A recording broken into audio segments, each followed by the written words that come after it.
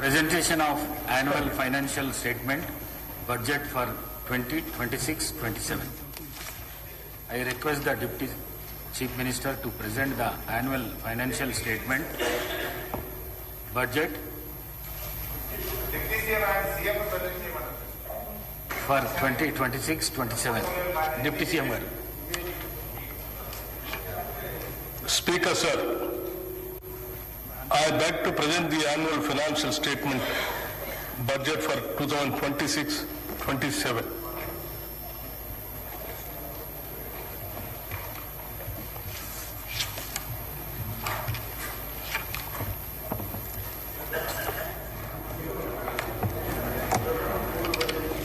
గౌరవ అధ్యక్ష, ప్రజల ప్రయోజనాలే పరమావధిగా రాష్ట్ర అభివృద్ధి ధ్యేయంగా సాగుతున్న ఈ ప్రజాప్రభుత్వంలో వరుసగా 4వసారి 2026-27 ఆర్థిక సంవత్సరానికి బడ్జెట్ను ప్రవేశపెట్టే అవకాశం నాకు కల్పించిన తెలంగాణ ప్రజానికానికి, ప్రభుత్వానికి, కాంగ్రెస్ నాయకత్వానికి హృదయపూర్వక కృతజ్ఞతలు తెలుపుకుంటున్నాను.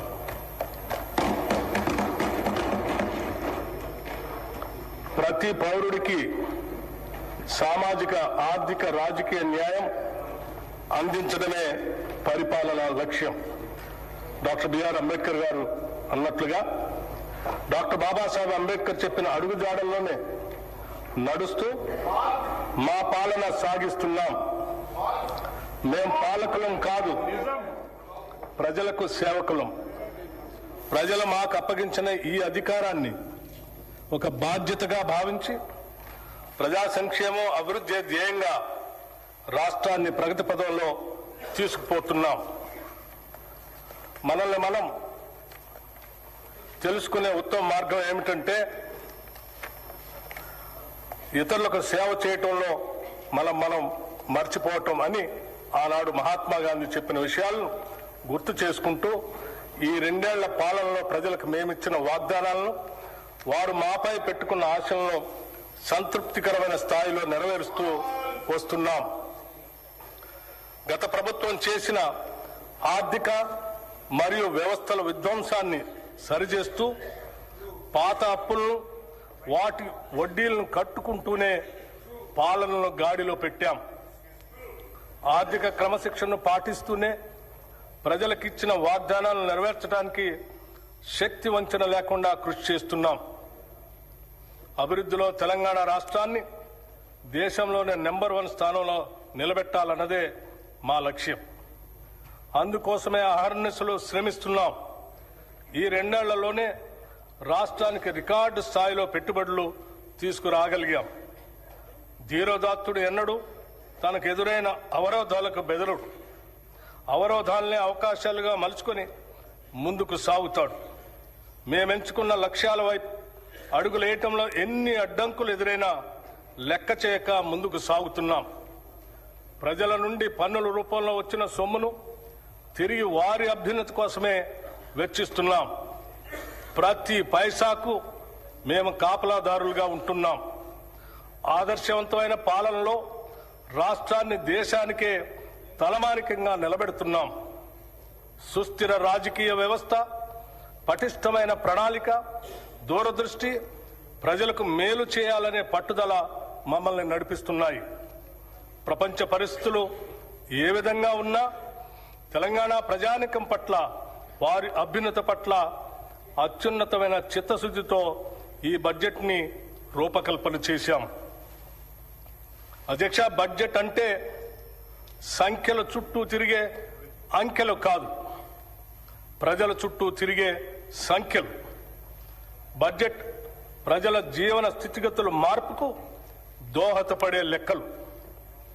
తెలంగాణ ప్రజల ఆశలు, ఆశయాలను నిజం చేసే సంకల్ప పత్రమే ఈ బడ్జెట్. రాష్ట్ర సమగ్రాభివృద్ధికి అద్దం పట్టేలా దీన్ని రూపొందించాం. రాజ్యాంగ విలువలకు కట్టుబడి పారదర్శకతతో పాలన సాగిస్తున్నాం. గొప్పల కోసం మేము అబద్ధాలు చెప్పం. ఈ ప్రభుత్వం వాస్తవాల పునాదుల మీద పనిచేస్తుంది. మభ్యపెట్టే మాయమాటలు చెప్పం. ప్రశ్నించిన వారిని దూషించడం మా నైజం కాదు. బాధ్యతతో ఎవరు ప్రశ్నించినా బాధ్యతతోనే వారికి సమాధానం చెప్తాం. అది ప్రజల పట్ల, ప్రజాస్వామ్యం పట్ల మాకున్న చిత్తశుద్ధి. అనేక సవాళ్లు మరియు ఆర్థిక ఒత్తిళ్లను ఎదుర్కొన్నప్పటికీ తెలంగాణ రాష్ట్రం బూడిదలోంచి ఫినిక్స్ పక్షి మళ్లీ లేచినట్లు అభివృద్ధి దిశగా వడివడిగా ముందుకు సాగుతుంది. ప్రజల సంకల్పం, ప్రభుత్వ దృఢ నిశ్చయంతో రాష్ట్ర ఆర్థిక వ్యవస్థకు పకడ్బందీగా పునాదులు వేస్తున్నాం.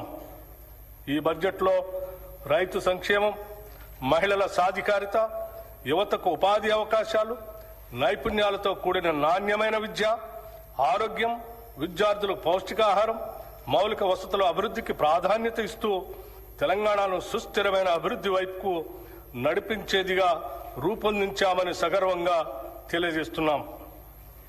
తెలంగాణ అస్తిత్వానికి మరియు సంస్కృతికి, సాంప్రదాయాలకి, పండుగలకి మా ప్రభుత్వం పెద్దపీట వేసింది. తెలంగాణ రాష్ట్ర అవతరణ దినోత్సవ రోజున కవులు, కళాకారులు, ప్రముఖులను మా ప్రభుత్వం సత్కరించింది.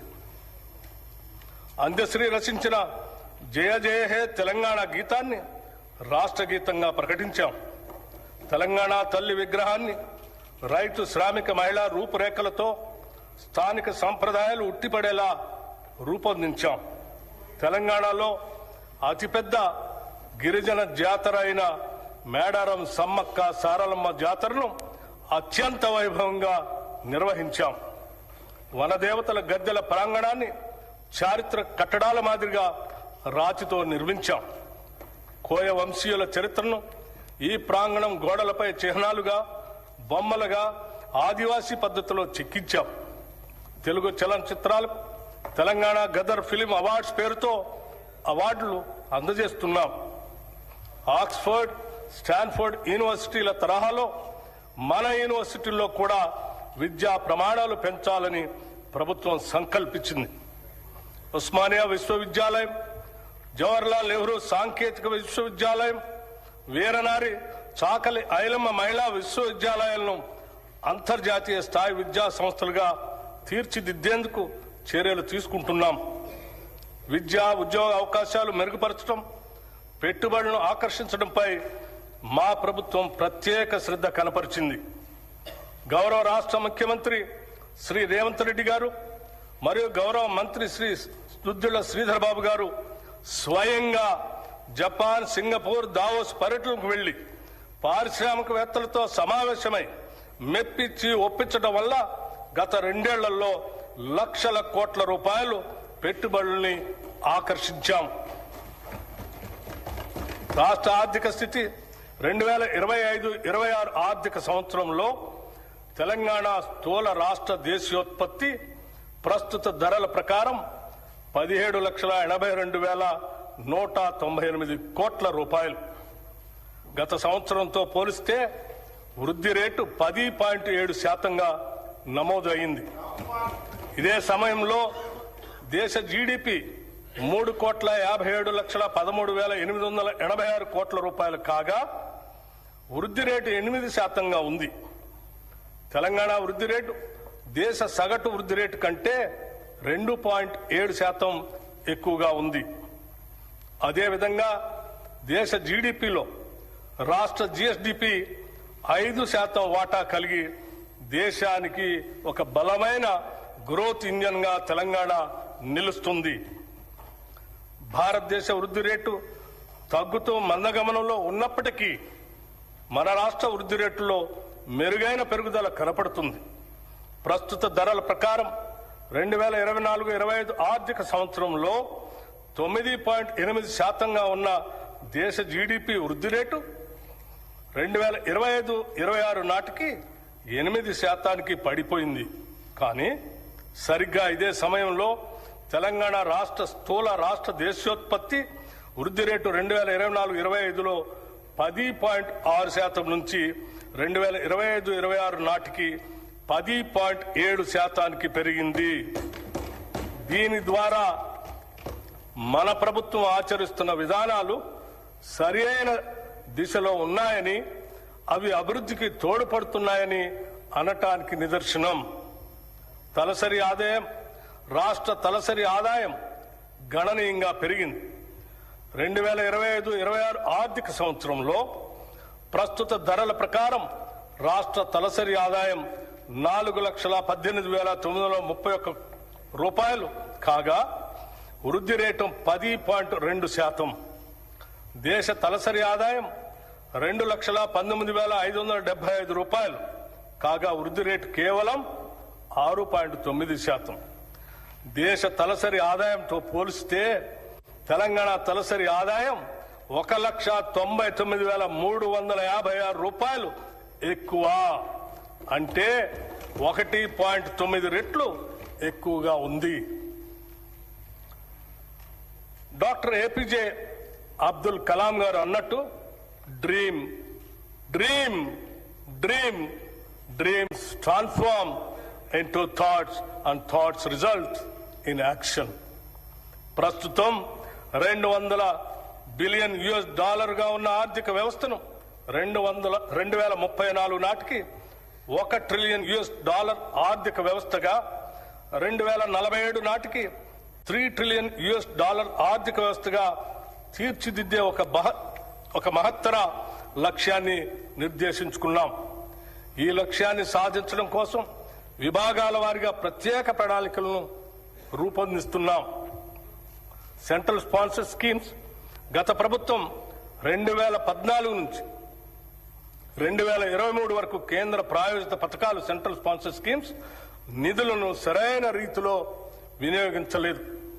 కేంద్రం నుంచి మంజూరైన నిధులను కూడా ఆయా పథకాల అమలు ఖర్చు చేయకుండా ఇతర అవసరాలకు నిధులు దారి మళ్లించడం వల్ల కేంద్రం నుంచి రావాల్సిన తదుపరి వాయిదాలు నిలిచిపోయి తెలంగాణకు తీరని నష్టం జరిగింది. మా ప్రభుత్వం అధికారంలోకి రాగానే ఈ పరిస్థితి వెంటనే గుర్తించి 2014-15 నుండి 2023-24 ఆర్థిక సంవత్సరం వరకు కేంద్ర ప్రాయోజిత పథకాల కింద బకాయి పడ్డ నిధులన్నింటినీ సంబంధిత శాఖలకు సుమారు 3,000 కోట్ల రూపాయలను ఈ ఆర్థిక సంవత్సరంలో విడుదల చేయటం జరిగింది. మన రాష్ట్ర అభివృద్ధి కోసం కోఆపరేటివ్ ఫెడరలిజం స్ఫూర్తితో కేంద్ర ప్రభుత్వంతో సత్సంబాలు కొనసాగిస్తూ 2021-22 సంవత్సరంలో రాష్ట్రానికి కేంద్ర ప్రాయోజిత పథకాల ద్వారా వచ్చిన నిధులు 4,826 కోట్ల రూపాయలు కాగా మా ప్రభుత్వం ఈ ఆర్థిక సంవత్సరం ఇప్పటిదాకా 7,072 కోట్ల రూపాయలను సాధించింది. ఇదే ఒరవడిని కొనసాగిస్తూ మరిన్ని నిధులను సాధించడానికి రాష్ట్ర ప్రభుత్వం చిత్తశుద్ధితో ప్రయత్నిస్తుంది. అధ్యక్ష, రుణ పునర్వ్యవస్థీకరణ ఏ రాష్ట్రానికైనా ఆర్థిక క్రమశిక్షణ అనేది అభివృద్ధికి మూలాధారం. రాబడికి మించి చేసే అప్పులు ఆ ఆర్థిక వ్యవస్థ మనుగడనే ప్రశ్నార్థకం చేస్తాయి. గత ప్రభుత్వ హయాంలో పరిమితులకు మించి చేసిన అప్పుల కారణంగా రాష్ట్ర ఆర్థిక వ్యవస్థపై తీవ్ర భారం పడింది. ఈ తప్పిదాన్ని సరిదిద్దేందుకు గత ప్రభుత్వం అధిక వడ్డీకి తెచ్చిన ₹25,612 కోట్ల రుణాలను తక్కువ వడ్డీకి పునర్వ్యవస్థీకరించింది అని చెప్పడానికి సంతోషిస్తున్నాం. అంతేకాకుండా రుణ చెల్లింపుల వ్యవధిని పెంచి అసలు చెల్లించాల్సిన కాలాన్ని 20 నుంచి 39 సంవత్సరాలకి పొడిగించింది. ఈ రుణ పునర్వ్యవస్థీకరణ ద్వారా 2025-26 నుండి 2031-32 దాకా చెల్లించాల్సిన 34,058 కోట్ల రూపాయల నుంచి 11,915 కోట్లకు తగ్గింది. దీని ద్వారా రాష్ట్రానికి 22,142 కోట్ల రూపాయలు క్యాష్ అవుట్ఫ్లో తగ్గి నగదు వెసులుబాటు కలిగింది. గతంలో TUFIDC సంస్థ 10.2% వడ్డీతో తీసుకున్న 172.02 కోట్లు, తెలంగాణ రోడ్డు డెవలప్మెంట్ కార్పొరేషన్ 9.7% వడ్డీతో తీసుకున్న 2,204.06 కోట్ల రూపాయల రుణాలను 8.6% వడ్డీకి రీస్ట్రక్చర్ చేసుకున్నాం. దీని ద్వారా మొత్తంగా ఈ ఆర్థిక సంవత్సరంలో సుమారు 27,988 కోట్ల అధిక వడ్డీ రుణాలను తక్కువ వడ్డీకి మార్చుకున్నాం. 16వ ఆర్థిక సంఘం కేంద్రానికి పన్నుల రూపంలో మనం ఏటా వేల కోట్ల రూపాయల ఆదాయం సమకూరుస్తుంటే తిరిగి కేంద్ర పన్నుల పంపకాల ద్వారా మనకు ఇస్తున్నది మనం కట్టే ప్రతి రూపాయలో సగటున 42 పైసలే. జనాభా నియంత్రణ పాటిస్తూ సొంత రాబడి పెంచుకుంటూ దేశ ఆర్థిక వ్యవస్థ వెన్నెముకగా నిలుస్తున్న రాష్ట్రాలకు ఈ పంపకం ద్వారా తీవ్ర అన్యాయం జరుగుతూ వస్తుంది. ఈ చారిత్రక లోపాన్ని సరిదిద్దేందుకు మన ప్రభుత్వం 16వ ఆర్థిక సంఘం ముందు బలమైన వాదనను వినిపించింది. తద్వారా కేంద్ర పన్నుల పంపకం ఫార్ములాలో కేవలం జనాభా ఆదాయ వ్యత్యాసాల లాంటి అంశాలనే కాకుండా రాష్ట్ర జీఎస్డీపీని కూడా ఒక కీలక కొలమానంగా పరిగణలో తీసుకునేలా మెప్పించి ఒప్పించడంలో మన ప్రభుత్వం విజయం సాధించింది. దీని ద్వారా తెలంగాణ వాటాను 2.102% నుండి 2.174% పెంచడం జరిగింది. తెలంగాణ రాష్ట్రాన్ని దేశంలోనే భవిష్యత్ ఆర్థిక శక్తిగా అభివృద్ధి చేయాలనే లక్ష్యంతో తెలంగాణ రైజింగ్ గ్లోబల్ సమ్మిట్ 2025ను డిసెంబర్ 8-9 తేదీల్లో హైదరాబాద్లోని భారత్ ఫ్యూచర్ సిటీలో విజయవంతంగా నిర్వహించాం. ప్రధాన రంగాలలో ప్రపంచ స్థాయి పెట్టుబడులను ఆకర్షించడానికి ఈ సమ్మిట్ ఒక ముఖ్య వేదికగా నిలిచింది. ప్రపంచవ్యాప్తంగా సుమారు 2,000 మంది అంతర్జాతీయ ప్రతినిధులు, పెట్టుబడిదారులు, విధాన రూపకర్తలు, ఆర్థిక నిపుణులు, సాంకేతిక రంగ నిపుణులు ఈ సమ్మిట్లో పాల్గొన్నారు. ఈ సమ్మిట్లో నోబెల్ బహుమతి గ్రహీతలు ఆర్థికవేత్త శ్రీ అభిజిత్ బెనర్జీ, సామాజికవేత్త శ్రీ కైలాష్ సత్యార్థి, ఆర్బీఐ మాజీ గవర్నర్లు శ్రీ దువ్వూరి సుబ్బారావు, శ్రీ రఘురామ రాజన్, ఆర్థికవేత్త శ్రీ అరవింద్ సుబ్రహ్మణ్యన్, యునైటెడ్ కింగ్డమ్ మాజీ ప్రధాని Shri Tony Blair, World Economic Forum ప్రతినిధి శ్రీ జెర్మీ జగ్గన్స్ వంటి ప్రముఖులు పాల్గొన్నారు.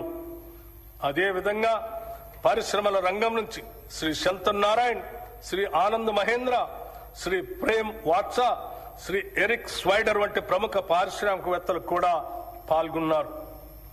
ఈ సమ్మిట్ సందర్భంగా తెలంగాణ రైజింగ్ విజన్ 2047 పత్రాన్ని అధికారికంగా విడుదల చేయటం జరిగింది. ఈ విజన్ పత్రం క్యూర్, ప్యూర్, రేర్ అనే 3 ప్రాంతాల ఆధారంగా సమతుల్య సుస్థిర అభివృద్ధి సాధించడానికి రాష్ట్ర దీర్ఘకాలిక అభివృద్ధి వ్యూహాన్ని ప్రతిపాదించింది. సమ్మిట్ సందర్భంగా దాదాపు 100 పైబడి ఎంఓయూలు కుదుర్చుకున్నాం. వీటి ద్వారా సుమారు 5,75,000 కోట్ల రూపాయలు పెట్టుబడులు పెట్టడానికి పెట్టుబడిదారులు తమ ఆసక్తిని వ్యక్తపరిచారు. హైదరాబాద్ లో సాఫ్రన్ సిఎఫ్ఎం అంతర్జాతీయ ఏరోక్రాఫ్ట్ ఇంజిన్ యొక్క మెయింటెనెన్స్, రిపేర్ మరియు ఓవరాల్ ఎంఆర్ఓ సదుపాయ కేంద్రాన్ని ప్రారంభించడం ఒక చారిత్రాత్మక ప్రభుత్వ విజయం. గౌరవ ముఖ్యమంత్రి శ్రీ రేవంత్ రెడ్డి గారు దావోస్ లో next gen life sciences policy 2026-2030ను ఆవిష్కరించారు. ఈ పాలసీ లక్ష్యం 2030 నాటికి ఆర్టిఫిషియల్ ఇంటెలిజెన్స్ పరిశోధనాభివృద్ధి మరియు ఆధునిక తయారీ రంగాల్లో తెలంగాణను ప్రపంచంలో మొదటి 5 లైఫ్ క్లస్టర్లలో ఒకటిగా నిలపటం. ఈ రంగంలో ఇప్పటిదాకా 73,360 కోట్ల పెట్టుబడుల్ని ఆకర్షించాము. దీనివల్ల 1,00,000 మందికి ప్రత్యక్షంగా మరియు 2,50,000 మందికి పరోక్షంగా ఉద్యోగాలు సృష్టించబడతాయి. సింగపూర్ చెందిన ఏజీఐడిసి, వియత్నాం చెందిన వెన్ group, JCK infra projects limited సంస్థల నుంచి మొత్తం 1,03,500 కోట్ల రూపాయల పెట్టుబడులు వస్తాయి. ప్రణాళికాబద్ధంగా అభివృద్ధి సాధించడానికి, ఈ అభివృద్ధికి ప్రజలను వారసులను చేస్తూ ముందుకు సాగటానికి అంతర్జాతీయ స్థాయిలో ఎక్కడా లేని విధంగా క్యూర్, ప్యూర్, రేర్ అనే 3 ప్రధాన ప్రాంతాలుగా గుర్తించాం. క్యూర్లో సేవా రంగానికి, ప్యూర్లో ఉత్పాదక రంగానికి, రేర్లో వ్యవసాయ మరియు వ్యవసాయ అనుబంధ రంగాలకు ప్రాధాన్యత ఇస్తూ రాష్ట్రాన్ని అభివృద్ధి చేస్తున్నాం. Hyderabad outer ring road ORR లోపల క్యూర్ ప్రాంతంలో technology, artificial intelligence, global capability సెంటర్లు, పరిశోధన, అభివృద్ధి, స్టార్టప్, ఫైనాన్షియల్ సర్వీసెస్ సంస్థలు మరియు ఇతర సర్వీస్ సెక్టార్లను అధిక విలువైన సేవల కేంద్రంగా అభివృద్ధి చేయాలని నిర్ణయించాం. తెలంగాణలో పట్టణ జనాభా 2031 నాటికి 53.8% చేరుకునే అవకాశం ఉంది. ఈ నేపథ్యంలో క్యూర్ ప్రాంత పరిధిని కాలుష్య రహితంగా నెట్ జీరో మార్చేందుకు కావలసిన అన్ని చర్యలు తీసుకుంటున్నాం. సందర్భంగా HILT policy, Hyderabad industrial lands transformation పాలసీని కింద కాలుష్య కారక పరిశ్రమలను ఓఆర్ఆర్ బయటికి తరలించేందుకు మరియు సింగిల్ యూజ్ ప్లాస్టిక్ వినియోగాన్ని నిషేధించేందుకు చర్యలు తీసుకుంటున్నాం. క్యూర్ పరిధిలో ప్రస్తుతం ఉన్న పెట్రోల్, డీజిల్ ఆటోలను రెట్రో ఫిట్టింగ్ ద్వారా ఎలక్ట్రిక్ వాహనాలుగా ప్రభుత్వ ఖర్చుతో మారుస్తాం. Peri urban region economy, outer ring road, regional ring road మధ్య ప్రాంతాన్ని మ్యానుఫ్యాక్చరింగ్ హబ్ గా అభివృద్ధి చేయాలని లక్ష్యంగా పెట్టుకున్నాం. ఈ ప్రాంతంలో తయారీ పరిశ్రమలు, ఎంఎస్ఎంఈ క్లస్టర్లు, లాజిస్టిక్ హబ్లు, పారిశ్రామిక పార్కులు ఏర్పడేలా చర్యలు తీసుకుంటాం. దీని ద్వారా ముఖ్యంగా పెద్ద ఎత్తున ఉద్యోగాలు సృష్టించబడతాయి. ఈ ప్రాంతం తెలంగాణ ఆర్థిక వ్యవస్థకు తయారీ కేంద్రంగా, మ్యానుఫ్యాక్చరింగ్ ఇంజన్ గా మారనుంది. రీజనల్ రింగ్ రోడ్ అవతల ఉన్న ప్రాంతాలను వ్యవసాయ వాల్యూ యాడెడ్ ఆర్థిక వ్యవస్థగా ఏర్పాటు చేస్తున్నాం. ఇందులో ఆహార ప్రాసెసింగ్ పరిశ్రమలు, విలువ ఆధారిత వ్యవసాయం, పర్యావరణ పర్యాటక రంగం పై ప్రత్యేక దృష్టి సారిస్తున్నాం. దీని ద్వారా గ్రామీణ ప్రాంతాల ఆదాయం పెరిగి సమగ్ర ప్రాంతీయ అభివృద్ధి సాధ్యమవుతుంది. హైదరాబాద్ అభివృద్ధికి ప్రభుత్వం పలు చర్యలు తీసుకుంటుంది. ఔటర్ రింగ్ రోడ్ అవతల లోపల ఉన్న 20 మున్సిపాలిటీలను, 7 కార్పొరేషన్లను విలీనం చేస్తూ జిహెచ్ఎంసీ ప్రాంతాన్ని పరిపాలనా సౌలభ్యం కోసం ప్రభుత్వం పునర్వ్యవస్థీకరించి నగరంలో సమ్మిళిత మరియు సమాన అభివృద్ధిని సాధించే దిశగా మన ప్రభుత్వం జిహెచ్ఎంసీని కొత్త డివిజన్లు మరియు బ్లాకులతో కూడిన గ్రేటర్ హైదరాబాద్, సైబరాబాద్ మరియు మల్కాజ్గిరి అనే 3 నగరపాలక సంస్థలుగా విభజించింది. అనేక పాలనాపరమైన సంస్కరణలతో పాటు ప్రణాళికాబద్ధమైన అభివృద్ధి కోసం సమర్థులైన అధికారుల్ని నియమించడం జరిగింది. ఈ పునర్వ్యవస్థీకరణ ద్వారా పరిపాలనా వికేంద్రీకరణ, స్థానిక స్థాయిలో జవాబుదారీతనం పెంపు, మౌలిక సదుపాయాల అభివృద్ధి మరియు పౌరులకు వేగవంతమైన సేవలు అందుబాటులోకి రానున్నాయి. ఈ 3 మున్సిపల్ కార్పొరేషన్లతో పాటు హైదరాబాద్ మెట్రోపాలిటన్ వాటర్ సంస్థ, హైడ్రా వంటి సంస్థలన్నింటినీ సమన్వయపరిచే ఒక సంస్థను ఏర్పాటు చేయడానికి తగిన చట్ట సవరణ చేయాలని నిర్ణయించాం. ప్రపంచవ్యాప్తంగా అతివేగంగా అభివృద్ధి చెందుతున్న గ్లోబల్ సిటీల జాబితాలో ఇప్పటిదాకా మన దేశంలో ఢిల్లీ, ముంబై వంటి పట్టణాలు మాత్రమే టాప్ 10 లిస్టులో ఉన్నాయి. ఇప్పుడు హైదరాబాద్ కూడా ఆ జాబితాలో చేరబోతున్నది. పోలీస్ కమిషనరేట్ పునర్వ్యవస్థీకరణ గురించి హైదరాబాద్ మహానగర ప్రాంతంలోని పోలీస్ వ్యవస్థ సామర్థ్యాన్ని బలోపేతం చేయటం కోసం ఈ ప్రాంత పోలీస్ వ్యవస్థ పరిధిని హైదరాబాద్, సైబరాబాద్, మల్కాజ్గిరి, ఫ్యూచర్ సిటీ అనే 4 కమిషనరేట్లుగా పునర్వ్యవస్థీకరించాము. హైదరాబాద్ గొప్ప చారిత్రక నగరంగా ప్రపంచవ్యాప్త గుర్తింపు కలిగి ఉంది.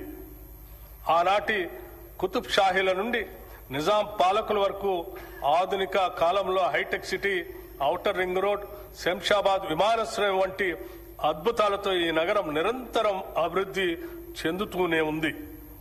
నేడు గౌరవ ముఖ్యమంత్రి శ్రీ రేవంత్ రెడ్డి గారి దార్శనిక నాయకత్వంలో తెలంగాణ మరో చారిత్రాత్మక అడుగు వేస్తుంది. అదే 30,000 ఎకరాల్లో ఏర్పాటు చేసిన భారత్ ఫ్యూచర్ సిటీ.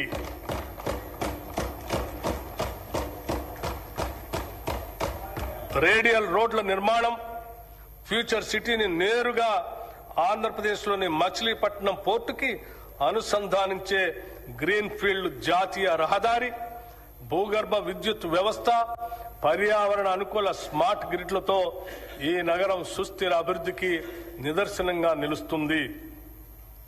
అంతర్జాతీయ ప్రమాణాలకు అనుగుణంగా నైపుణ్యం కలిగిన శ్రామిక శక్తిని తయారు చేయడం కోసం ఇక్కడ స్కిల్ యూనివర్సిటీని ఏర్పాటు చేశాం. ఈ ఫ్యూచర్ సిటీ నిర్మాణం పూర్తి చేసుకుంటే ఈ నగరం అంతర్జాతీయ నగరాల సరసన నిలిచి అంతర్జాతీయ పర్యాటక కేంద్రంగా మారుతుంది. తెలంగాణ ఉద్యమ ఆకాంక్షలలో అత్యంత కీలకమైన ఉద్యోగ నియామకాల భర్తీకి ప్రజాప్రభుత్వం అత్యంత ప్రాధాన్యతనిచ్చింది. గత ప్రభుత్వం నిరుద్యోగుల జీవితాలతో చెలగాటం ఆడింది.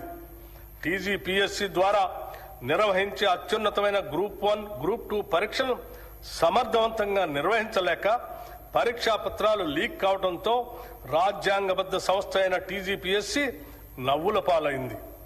గత ప్రభుత్వ నిర్లక్ష్యానికి ఎందరో నిరుద్యోగులు ప్రాణాలు కోల్పోయారు.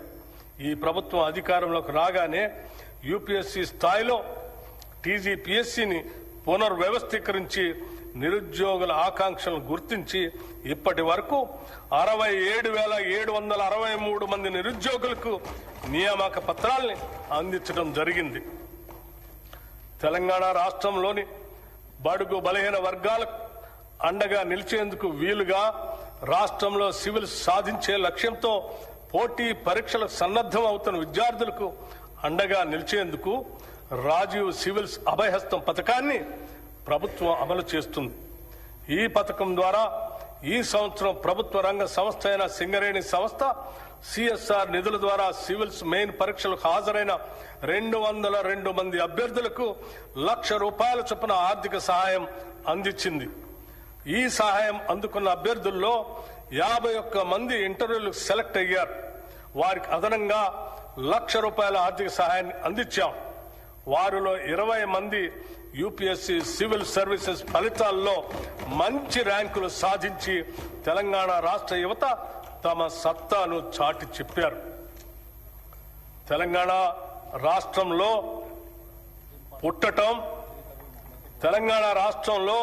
పుట్టటం, ఇక్కడ జీవించటం ఒక వరం అనే విధంగా ప్రభుత్వం చర్యలు తీసుకుంటున్నది, సౌకర్యాలు కల్పిస్తున్నది. ఈ ప్రభుత్వం రాష్ట్రంలోని ప్రతి కుటుంబానికి భద్రత కల్పిస్తుంది. ఒక కుటుంబంలో ఆదాయం తెచ్చే వ్యక్తి దురదృష్టవశాత్తు అకస్మాత్తుగా దూరమైతే ఆ కుటుంబం పడే మానసిక వేదన ఒకటైతే వాళ్ళు ఎదుర్కొనే ఆర్థిక విపత్తు మరొకటి. ఒక్క సంఘటనతో ఆ కుటుంబం రోడ్డున పడుతుంది.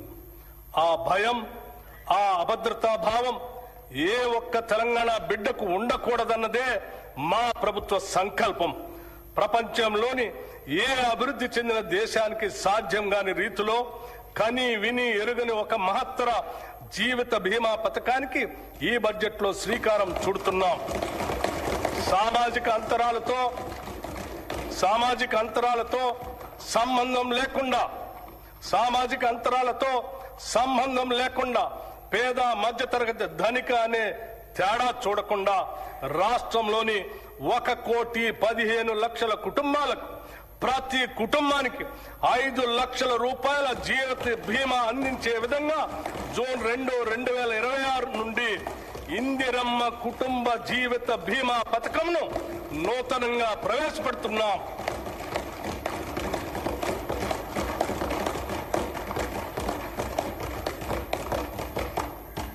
ప్రజల సమస్యలను త్వరితగతిన పరిష్కరించేందుకు, పరిపాలనలో పారదర్శకత, బాధ్యతను పెంపొందించేందుకు ఏర్పాటు చేసిన ప్రజావాణి కార్యక్రమం విజయవంతంగా కొనసాగుతుంది. హైదరాబాద్లో ఉన్న మహాత్మా జ్యోతిబా పూలే ప్రజాభవన్లో ప్రజల వినతులను నేరుగా సమర్పించే అవకాశాన్ని కల్పించాం.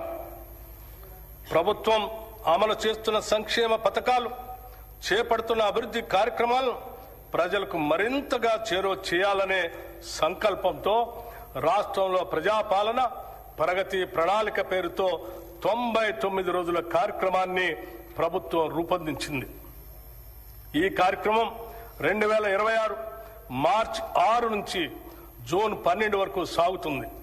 గ్రామ, మండల, నియోజకవర్గ, జిల్లా మరియు రాష్ట్ర స్థాయిల వరకు పరిశుభ్రత, ఫైళ్ల క్లియరెన్స్, ఆరోగ్యం, రోడ్డు సేఫ్టీ, సంక్షేమం, పిల్లల భద్రత, డ్రగ్స్ కు నో, రైతు సంక్షేమం, వ్యవసాయం, విద్య, యువత, క్రీడలు, మహిళలు, పర్యావరణం వంటి 10 అంశాలతో కూడిన ఈ కార్యక్రమాన్ని ప్రజాప్రతినిధులు, జిల్లా అధికారులు, స్వయం సహాయక సంఘాల మహిళలు మరియు పౌర సమాజ సంస్థల భాగస్వామ్యంతో అమలు చేస్తున్నాం.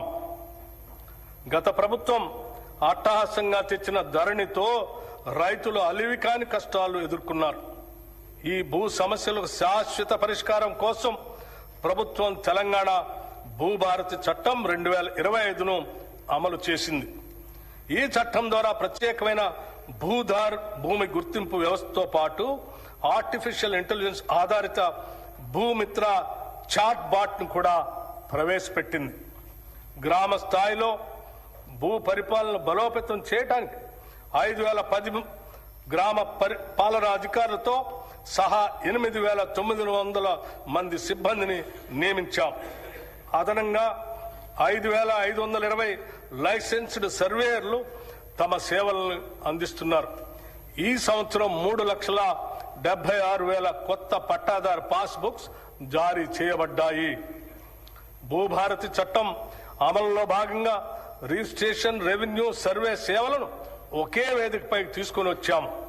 దీంతో రైతుల సమస్యలకు త్వరిత పరిష్కారం అందించే అవకాశం కలిగింది. పార్లమెంట్, అసెంబ్లీ, నియోజకవర్గాల పునర్విభజన, పంచాయతీలు, పట్టణ స్థానిక సంస్థల ఏర్పాట్లు, రిజర్వేషన్ల అమలు వంటి ప్రజాస్వామ్య ప్రక్రియలకు మూలాధారమైన జనగణనను డిజిటల్ విధానంలో నిర్వహించేందుకు ఏర్పాట్లు ముమ్మరంగా సాగుతున్నాయి. తెలంగాణ రాష్ట్రం ఏర్పడిన తర్వాత జరుగుతున్న మొట్టమొదటి జనగణన ఇది. దీనిలో స్వీయ నమోదు, సెల్ఫ్ ఎన్యూమరేషన్ విధానం, కులగణన అంశం ఉన్నాయి. మొదటి దశ జనగణన 2026 మే 11 నుండి జూన్ 9 వరకు నిర్వహించబడుతుంది. సెల్ఫ్ ఎన్యూమరేషన్ ప్రక్రియ 2026 ఏప్రిల్ 26 నుండి మే 10 వరకు కొనసాగుతుంది.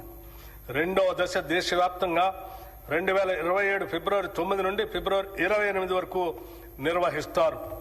తదుపరి మార్చి 1, 2027 తేదీని రిఫరెన్స్ డేట్ గా తీసుకుంటారు. ప్రజల ఆకాంక్షలను దృష్టిలో ఉంచుకొని ఈ ప్రజా ప్రభుత్వం అభయహస్తం పేరుతో ప్రజాహిత పథకాలను అమలు పరుస్తుంది. కనీస సదుపాయాలు కూడా లేని వారికి ఉపయోగపడే విధంగా మహాలక్ష్మి, గృహజ్యోతి, ఇందిరమ్మ ఇళ్లు, మహిళా శక్తి మిషన్ వంటి పథకాలు పేదల జీవితాల్లో వెలుగులు నింపుతున్నాయి. మహాలక్ష్మి పథకం మేము అధికారంలోకి వచ్చిన వెంటనే అమలు పరిచిన మొదటి వాగ్దానం. ఉచిత బస్సు ప్రయాణం. ఈ పథకం ద్వారా ప్రతిరోజు రాష్ట్రంలోని 34,37,000 మంది ఆడబిడ్డలు ఉచితంగా ఆర్టీసీ బస్సులో ప్రయాణిస్తున్నారు.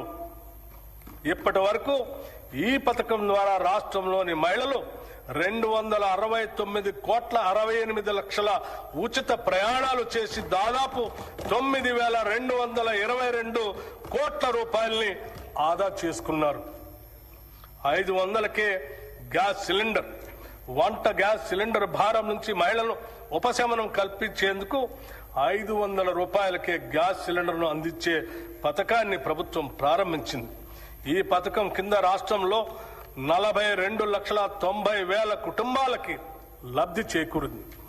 ఈ పథకం ద్వారా సుమారు 752 కోట్ల రూపాయలు మహిళలకు ఆదా అయింది. గృహజ్యోతి పథకం ద్వారా సుమారు 53,09,000 పేద మధ్యతరగతి కుటుంబాలకి 200 యూనిట్ల వరకు ఉచిత కరెంటు అందిస్తున్నాం. ఈ పథకం కింద ఇప్పటి వరకు 10,97,00,000 సున్నా బిల్లులు జారీ చేయబడ్డాయి. ఈ సబ్సిడీ కింద 3,954 రూపాయలు విద్యుత్ సంస్థలకు ప్రభుత్వం చెల్లించింది. చేయూత పథకానికి అర్హులైన వారికి 2 లక్షల నూతన పెన్షన్లు ఇవ్వటానికి మంజూరు చేస్తున్నాము. చేయూత పథకానికి అర్హులైన వారికి 2 లక్షల నూతన పెన్షన్లు మంజూరు చేస్తున్నాము. రాష్ట్రంలోని ఐకేపీ సంఘాల్లోని 1 కోటి మంది మహిళలను కోటీశ్వరం చేయాలనేది మా ప్రభుత్వ సంకల్పం. అందుకోసం 5 సంవత్సరాల్లో 1,00,000 కోట్ల రూపాయల మేరకు బ్యాంకు ద్వారా రుణాలను ఇప్పించే ప్రయత్నం చేస్తున్నాం. దీనిలో భాగంగా ఇప్పటికే 57,938 కోట్ల రూపాయల రుణం ఇప్పించడం జరిగింది. వడ్డీ లేని రుణాల పథకం కింద 2023 డిసెంబర్ నుండి ఈనాటి వరకు పట్టణ గ్రామీణ సెల్ఫ్ హెల్ప్ గ్రూప్స్ కి 1,329 కోట్ల వడ్డీ రాయితీని విడుదల చేయటం జరిగింది. రాష్ట్రంలో 67 లక్షల మహిళలతో ఐకేపీ బలమైన స్వయం సహాయక సంఘాల నెట్వర్క్ గా ఏర్పడింది. మహిళా సంఘాలతో శిల్పారామంలో 106 స్టాళ్లతో ఇందిరా మహిళా శక్తి బజార్ ఏర్పాటు చేశాం. ఈ సముదాయం యొక్క ఉత్పత్తులు 7,68 లక్షలకి చేరాయి. సెల్ఫ్ హెల్ప్ గ్రూప్స్ ద్వారా 600 బస్సులను కొనుగోలు చేసి టీజీఎస్ఆర్టీసీకి అద్దెకి ఇవ్వటానికి ప్రభుత్వం నిర్ణయించి మొదటి దశలో 177,84 లక్షల రూపాయలతో 494 బస్సుల్ని కొనుగోలు చేసింది. నారాయణపేట మరియు సంగారెడ్డిలో 2 పెట్రోల్ బంకులు ఏర్పాటు చేశాం. 28 పెట్రోల్ బంకుల ఏర్పాటు పురోగతిలో ఉన్నాయి. మహిళా సాధికారితను మరింత బలోపేతం చేయడానికి ఇప్పటికే ఉన్న 10 జిల్లాలకు అదనంగా 22 జిల్లాల్లో ఇందిరా మహిళా శక్తి భవనాలు ఏర్పాటు చేస్తున్నాము. మారుమూల ప్రాంతాల్లో ఉన్న షెడ్యూల్ తెగల వారికి 12,600 కోట్ల రూపాయల బడ్జెట్ తో ఇందిరా సవర గిరి జల వికాసం పథకం ద్వారా 100% సబ్సిడీతో సోలార్ పంప్ సెట్లు అందించి వారి పురోగతికి ఇదోతికంగా తోడ్పడతాం. 6 లక్షల ఎకరాల పోడు భూముల్లో అటవీ ఉత్పత్తులకు సంబంధించిన తోటల పెంపకాన్ని ప్రోత్సహించి 2,10,000 గిరిజన రైతులకు ఈ సౌకర్యం అందిస్తాము. ఈ పథకాన్ని ఇప్పటికే అచ్చంపేటలో పైలట్ ప్రాజెక్టుగా ప్రారంభించాము. దీని విధి విధానాలు అధ్యయనం చేసి రాష్ట్ర వ్యాప్తంగా అమలు చేస్తాం. దేశానికి అన్నం పెడుతున్న రైతు సంక్షేమమే ప్రథమ ప్రాధాన్యతగా మేము భావిస్తున్నాం. రైతులకు ప్రభుత్వం ఇస్తున్న ప్రోత్సాహంతో వ్యవసాయ దిగుబడుల్లో తెలంగాణ రాష్ట్రం దేశంలోనే మొదటి స్థానంలో నిలిచింది. రైతులకు పెట్టుబడి సహాయం కోసం రైతు భరోసా పథకం ద్వారా ప్రతి సీజన్ కు ఎకరాకి 6,000 చొప్పున 2 పంటలకు కలిపి సంవత్సరానికి 12,000 రూపాయలు సహాయం అందిస్తున్నాం. రైతులకు మద్దతు ధరనివ్వటం కోసం వారికి ప్రోత్సాహకంగా సన్న వడ్లకు క్వింటాకు 500 రూపాయల చొప్పున అందజేస్తూ ప్రభుత్వం వారికి అండగా నిలుస్తుంది. దీని ద్వారా ప్రతి ఎకరానికి రైతుకు సగటున దాదాపు 25 క్వింటాళ్లు దిగుబడి వస్తుందని పరిగణిస్తే ఒక్క సీజన్ కు ఎకరానికి రైతుకు సుమారు 12,500 రూపాయలు ఆదాయం వస్తుంది. దీని వలన రైతుకు సంవత్సరానికి 2 పంటలకు కలిపి 25,000 రూపాయలు అధిక ఆదాయం ఎకరానికి లభిస్తుంది. 2024-25 సంవత్సరంలో 284,16,000 మెట్రిక్ టన్నుల వరి 1,27,00,000 ఎకరాల్లో పండింది. ఫిలిప్పైన్స్ కు 22,750 మెట్రిక్ టన్నుల బియ్యం తెలంగాణ నుంచి ఎగుమతి చేయటం జరిగింది. దీని ద్వారా మన బియ్యానికి డిమాండ్ పెరిగి రైతాంగానికి మరింతగా మద్దతు ధర లభించింది. రాష్ట్రంలో ఉద్యాన పంటల విస్తీర్ణం సుమారు 13 లక్షల ఎకరాలుగా ఉంది. మామిడి, సీతాఫలం, మిరప, పసుపు, నారింజ వంటి పంటల అభివృద్ధికి మా ప్రభుత్వం ప్రాధాన్యత ఇస్తుంది. 79,287 మంది రైతులు 2,90,466 ఎకరాల్లో ఆయిల్ పామ్ పంటను సాగు చేస్తున్నారు. ఈ పంటను మరో 68,000 ఎకరాల్లో విస్తరించేందుకు ప్రణాళిక రూపొందించాం.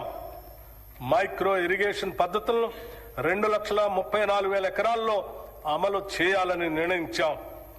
ఈ బడ్జెట్లో వ్యవసాయం, రైతు సంక్షేమానికి 23,179 కోట్ల రూపాయలు ప్రతిపాదిస్తున్నాం. రాష్ట్రంలోని 3,38 లక్షల లబ్ధిదారులకి పబ్లిక్ డిస్ట్రిబ్యూషన్ సిస్టమ్ కింద అన్ని రేషన్ షాపుల ద్వారా 6 కిలోల సన్న బియ్యం అందించబడుతుంది. దీని ద్వారా ఆహార భద్రత కల్పించడంతో పాటు ప్రజలకు నాణ్యమైన పౌష్టికాహారాన్ని ప్రభుత్వం అందించగలుగుతుంది. గత ప్రభుత్వం 10 ఏళ్లు రేషన్ కార్డులు ఇవ్వకపోవడంతో ఎందరో పేద ప్రజలు సంక్షేమ కార్యక్రమాలకి దూరమయ్యారు. ప్రజాప్రభుత్వం ఏర్పడిన తర్వాత అర్హులైన పేద కుటుంబాలకి 15,12,000 కొత్త రేషన్ కార్డుల్ని జారీ చేశాం. పాత కార్డులో మరో 19,44,000 మంది కొత్త సభ్యుల్ని చేర్చాం. రాష్ట్రంలో ప్రస్తుతం 1,05,07,879 రేషన్ కార్డులు ఉన్నాయి. ఈ బడ్జెట్లో పౌర సరఫరాల శాఖకు 7,366 కోట్ల రూపాయలు ప్రతిపాదిస్తున్నాం. పశు సంవర్ధక మత్స్య రంగాలు 2024-25 సంవత్సరంలో 1,935 కోట్ల 27 లక్షల గుడ్ల ఉత్పత్తితో తెలంగాణ రాష్ట్రం దేశంలో 3వ స్థానాన్ని చేరుకుంది. 11,58,000 టన్నుల మాంసం ఉత్పత్తి చేసి దేశంలో 5వ స్థానానికి చేరుకున్నాం. 2025-26 ఆర్థిక సంవత్సరానికి గాను రాష్ట్ర జీఎస్డీపీకి పశు సంవర్ధక రంగం 1,03,525 కోట్ల రూపాయలు అందించగా మత్స్య రంగం 7,763 కోట్ల రూపాయలు అందించింది.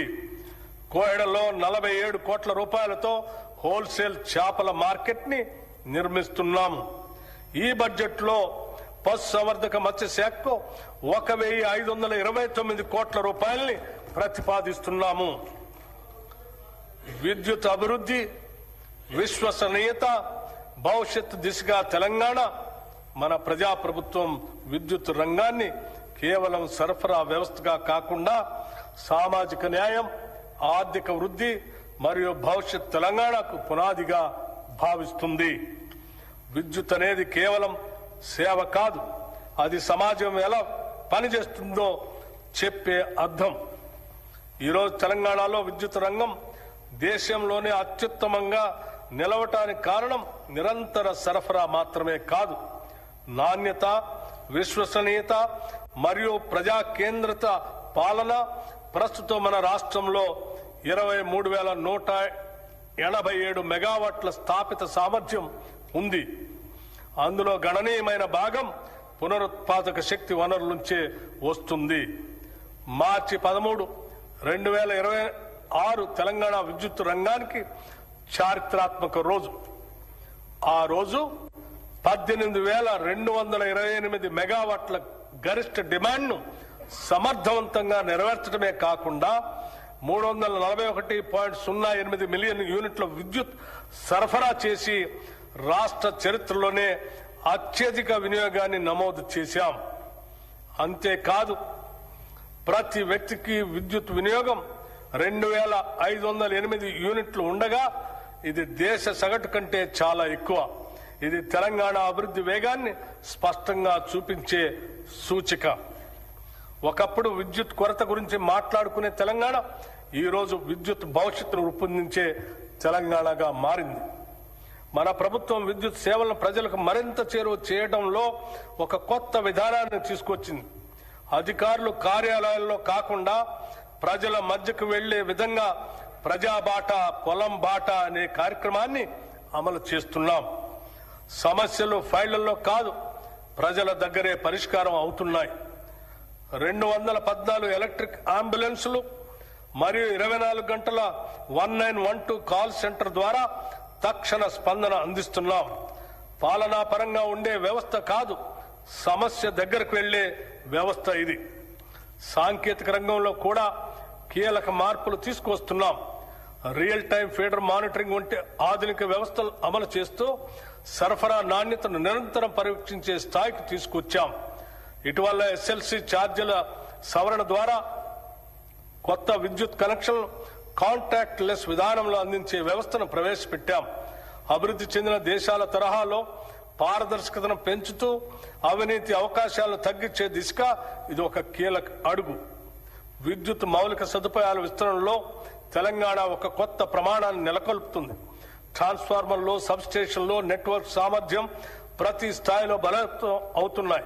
మౌలిక సదుపాయాలు కనిపించవు, కానీ అవే అభివృద్ధి కనిపించేలా చేస్తాయి. ఈ దశలో యాదాద్రి థర్మల్ పవర్ స్టేషన్లో 3x800 మెగావాట్ల యూనిట్ ని ప్రారంభించి మరొక యూనిట్ ని గ్రిడ్ కి అనుసంధానం చేశాం. ఇది తెలంగాణ భవిష్యత్ విద్యుత్ భద్రతకు బలమైన పునాది. పునరుత్పాదక శక్తి రంగంలో తెలంగాణ ముందంజలో ఉంది. ప్రకృతితో కలిసి ముందుకు సాగటం మన లక్ష్యం. సౌర ప్రాజెక్టులు, సోలార్ విలేజ్లు, రూఫ్ టాప్ విస్తరణ మాత్రమే కాదు, పిఎం కుసుమ్ పథకం ద్వారా రైతులను విద్యుత్ వినియోగదారులుగా కాకుండా విద్యుత్ ఉత్పత్తిదారులుగా మార్చే దిశగా అడుగులు వేస్తున్నాం. ఇది రైతును వ్యవసాయకర్తగా మాత్రమే కాకుండా శక్తి రంగంలో భాగస్వామిగా నిలబడుతుంది. ఇప్పుడు శక్తి రంగం భవిష్యత్తు గురించి మాట్లాడాల్సిన సమయం వచ్చింది. శక్తిని ఉత్పత్తి చేయడం ఒక దశ, దాన్ని నిల్వ చేసి సమర్థవంతంగా వినియోగించడం భవిష్యత్తు.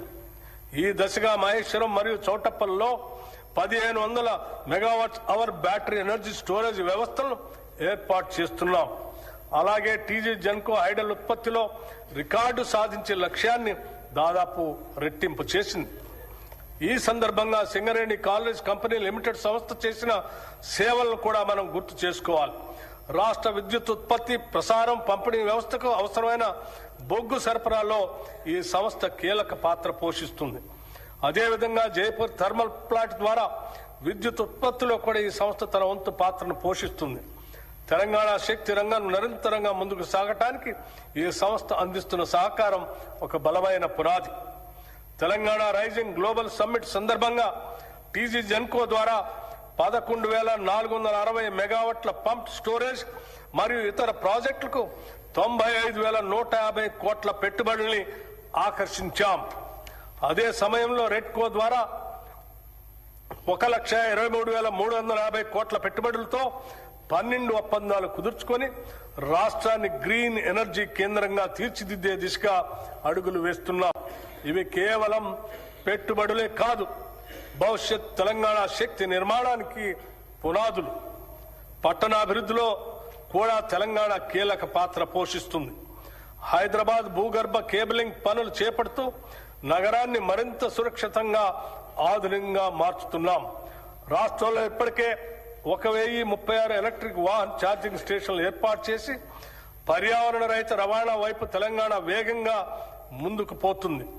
తెలంగాణ రైజింగ్ దృష్టిలో భాగంగా క్యూర్ ప్రాంతాల్లో గ్రీన్ మొబిలిటీని మరింత విస్తరించే దిశగా కూడా క్రమబద్ధమైన చర్యలు తీసుకుంటున్నాం. మన ప్రభుత్వం విద్యుత్ రంగాన్ని సామాజిక న్యాయ సాధనంగా కూడా ఉపయోగిస్తుంది.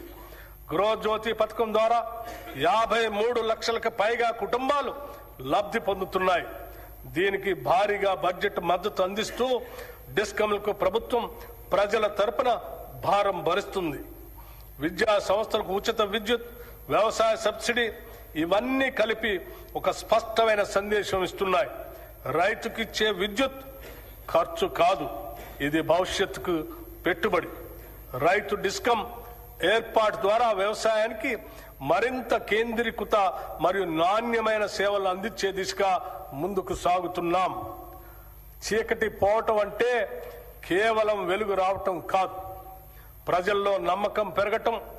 మన లక్ష్యం స్పష్టంగా ఉంది.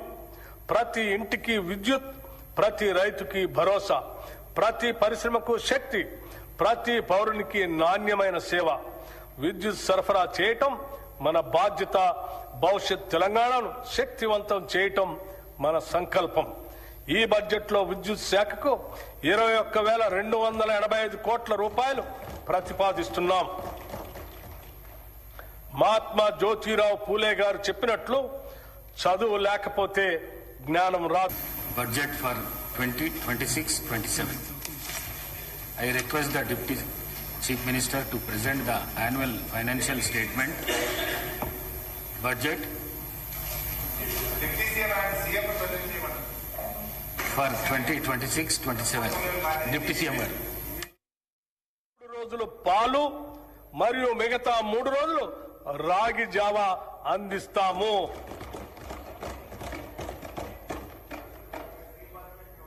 This landmark initiative will improve nutrition and health outcomes, increase attendance and punctuality, reduce dropouts and absenteeism. It will ease the burden on working parents. In simple words, no child in Telangana should begin a school day on an empty stomach. This is a watershed reform for student welfare. This breakfast initiative will not only nourish bodies, it will nourish the future of Telangana. Intermediate విద్యార్థులకు మధ్యాహ్న భోజన పథకం ఈ రోజు నేను ప్రకటించబోయే మరో అత్యంత ముఖ్యమైన సంస్కరణ. ప్రభుత్వ జూనియర్ కళాశాలల్లో ఇంటర్మీడియట్ అభ్యసిస్తున్న మన విద్యార్థులకు కూడా ఇకపై నూతనంగా మధ్యాహ్న భోజన పథకాన్ని విస్తరిస్తున్నాం. విద్యార్థుల సంక్షేమం కోసం మనం తీసుకుంటున్న చర్యల్లో ఇది ఒక సరికొత్త అధ్యాయానికి నాంది. కౌమార దశ అనేది ఎంతో కీలకమైన దశ. ఈ వయసులో తీసుకునే పోషకాహారమే వారు నేర్చుకునే సామర్థ్యాన్ని మరియు దీర్ఘకాల ఆయుష్ను నిర్ణయిస్తుంది. అధ్యక్ష, ఈ 2 పథకాలు ఈ రాష్ట్రంలో అద్భుతమైనటువంటి మానవీయ కోణంతో తీసుకున్నటువంటి గొప్ప నిర్ణయాలను చెప్పడానికి ఎటువంటి సందేహం లేదు. మా ప్రభుత్వం విద్యార్థులు మరియు వారి సాధికారిత పట్ల అత్యంత చిత్తశుద్ధితో ఉంది. దివ్యాంగ విద్యార్థుల శారీరక వైకల్యం వారి విద్యాభ్యాసానికి మరియు ప్రగతికి ఏమాత్రం అడ్డంకి కాకూడదనే ఉద్దేశంతో అటువంటి వారికి తగిన తోడ్పాటు అందించే లక్ష్యంతో ఇంటర్మీడియట్ విద్య చదువుతున్న దివ్యాంగ విద్యార్థులకి రెట్రో ఫిట్టెడ్ మోటరైజ్డ్ వాహనాల్ని పంపిణీ చేయాలని నిర్ణయించాం. రాష్ట్రంలోని అన్ని వసతి గృహాలు, గురుకుల విద్యా సంస్థల్లోని వంటశాలల అపరిశుభ్రత వలన విద్యార్థులు అనారోగ్యం పాలవుతున్నారు. దీనిని దృష్టిలో ఉంచుకొని ఆ వంటశాలల నిర్వహణలో వస్తున్న ఇబ్బందుల్ని అధిగమించడానికి ఈ బడ్జెట్లో ఆధునీకరించడానికి మా ప్రభుత్వం నిశ్చయించింది. అన్ని వసతి గృహాలు, గురుకుల విద్యా సంస్థల వంటశాలల ఆధునీకరణకు కోట్ల రూపాయల ప్రతిపాదన 100 కోట్ల రూపాయలని ప్రతిపాదించాం. రాష్ట్రంలో పాలమూరు శాతవాహన విశ్వవిద్యాలయ ఆధ్వర్యంలో ఇంజనీరింగ్ మరియు లా కాలేజీలు, తెలంగాణ విశ్వవిద్యాలయం ఆధ్వర్యంలో ఇంజనీరింగ్ కాలేజ్, మహాత్మా గాంధీ విశ్వవిద్యాలయం ఆధ్వర్యంలో లా మరియు ఫార్మసీ కాలేజీలు, Rajiv Gandhi University of Knowledge Technologies ఆధ్వర్యంలో మహబూబ్ నగర్ క్యాంపస్ ను నూతనంగా మంజూరు చేశాం. వీటికి అదనంగా ప్రభుత్వ పాలిటెక్నిక్ కాలేజ్ కోస్గిని ప్రభుత్వ ఇంజనీరింగ్ కళాశాలగా అప్గ్రేడ్ చేశాం. స్టేషన్ గన్పూర్, కె సముద్రం, గంగాధర, ధర్మపురి, పాకాల్, కోస్గి మరియు దేవరకద్రలో కొత్త ప్రభుత్వ డిగ్రీ కళాశాలలు ప్రారంభించాం. దీంతో రాష్ట్రంలో ప్రభుత్వ డిగ్రీ కళాశాల సంఖ్య 149కి పెరిగింది. రాష్ట్రంలో ఉన్న 57 పాలిటెక్నిక్ కళాశాలను అడ్వాన్స్డ్ టెక్నాలజీ సెంటర్లుగా ఉన్నతీకరిస్తున్నాం. యువతను భవిష్యత్ ఉద్యోగ అవకాశాలు కల్పించడానికి, ఎంటర్ప్రెన్యూర్లుగా ఎదగటానికి వీలుగా పాలిటెక్నిక్ కళాశాలలో 15 కొత్త కోర్సులు 2026-27 విద్యా సంవత్సరంలో ప్రారంభిస్తున్నాం. విశ్వవిద్యాలయాలు పరిశోధన సంస్థలకు సంబంధించి భూ విజ్ఞాన ఖనిజ శాస్త్ర పరిశోధనలకు ప్రత్యేకంగా doctor Manmohan Singh earth sciences యూనివర్సిటీని భద్రాద్రి కొత్తగూడెం జిల్లాలో స్థాపించాం. అలాగే రాష్ట్ర విశ్వవిద్యాలయాల్లో న్యాయ ఇంజనీరింగ్ కళాశాల ద్వారా కొత్త ప్రొఫెషనల్ కోర్సులు ప్రారంభించబడ్డాయి. మౌలిక సదుపాయాల అభివృద్ధి కోసం ఉస్మానియా విశ్వవిద్యాలయానికి 1000 కోట్ల రూపాయలు, వీరనారి చాకలి ఐలమ్మ మహిళా విశ్వవిద్యాలయానికి 400 కోట్ల రూపాయలు ఈ బడ్జెట్లో ప్రతిపాదిస్తున్నాం.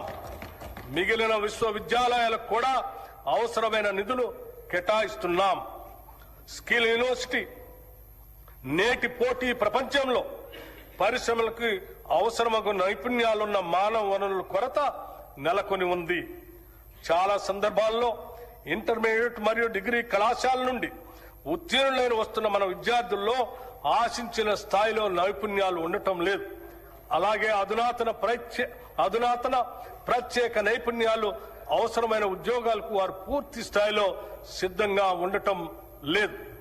ఈ అంతరాన్ని పూడ్చాలనే దార్శనికతో అటు విద్యావంతులను నిరుద్యోగ యువత ఎదుర్కొంటున్న ఇబ్బందులను, ఇటు పరిశ్రమలు ఎదుర్కొంటున్న నైపుణ్యం కలిగిన మానవ వనరుల కొరతను ఏకకాలంలో పరిష్కరించాలనే ఉద్దేశంతో మన రాష్ట్ర ప్రభుత్వం యంగ్ ఇండియా స్కిల్ యూనివర్సిటీని స్థాపించింది.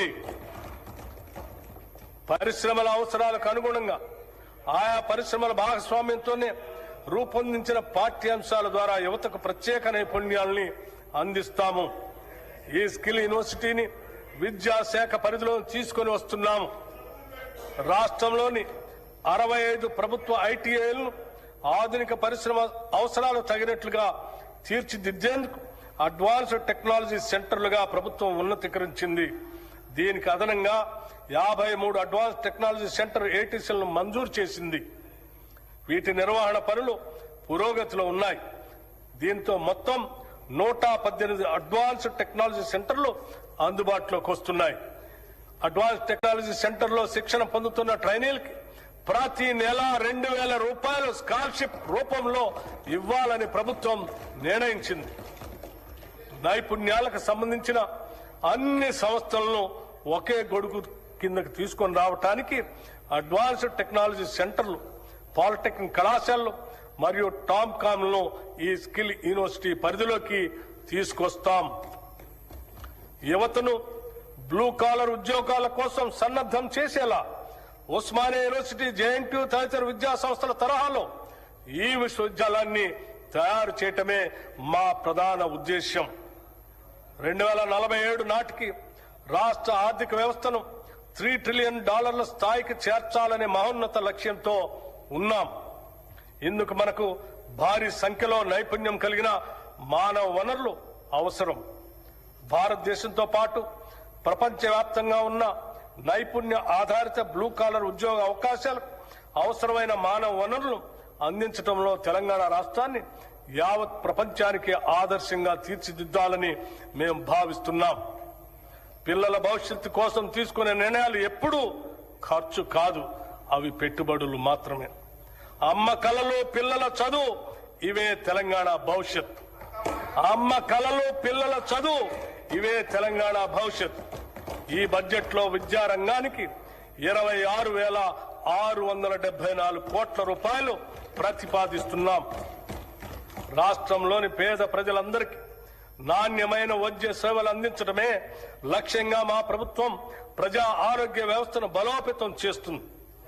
తెలంగాణ రైజింగ్ విజన్ 2047 లక్ష్యాల మేరకు రాష్ట్ర ప్రభుత్వం మాతా శిశు సంక్షేమ ఆరోగ్యం, యువత ఆరోగ్యం, దీర్ఘకాలిక వ్యాధుల నియంత్రణ, అలాగే మానసిక ఆరోగ్య సంరక్షణపై ప్రత్యేక ప్రాధాన్యం ఇస్తుంది.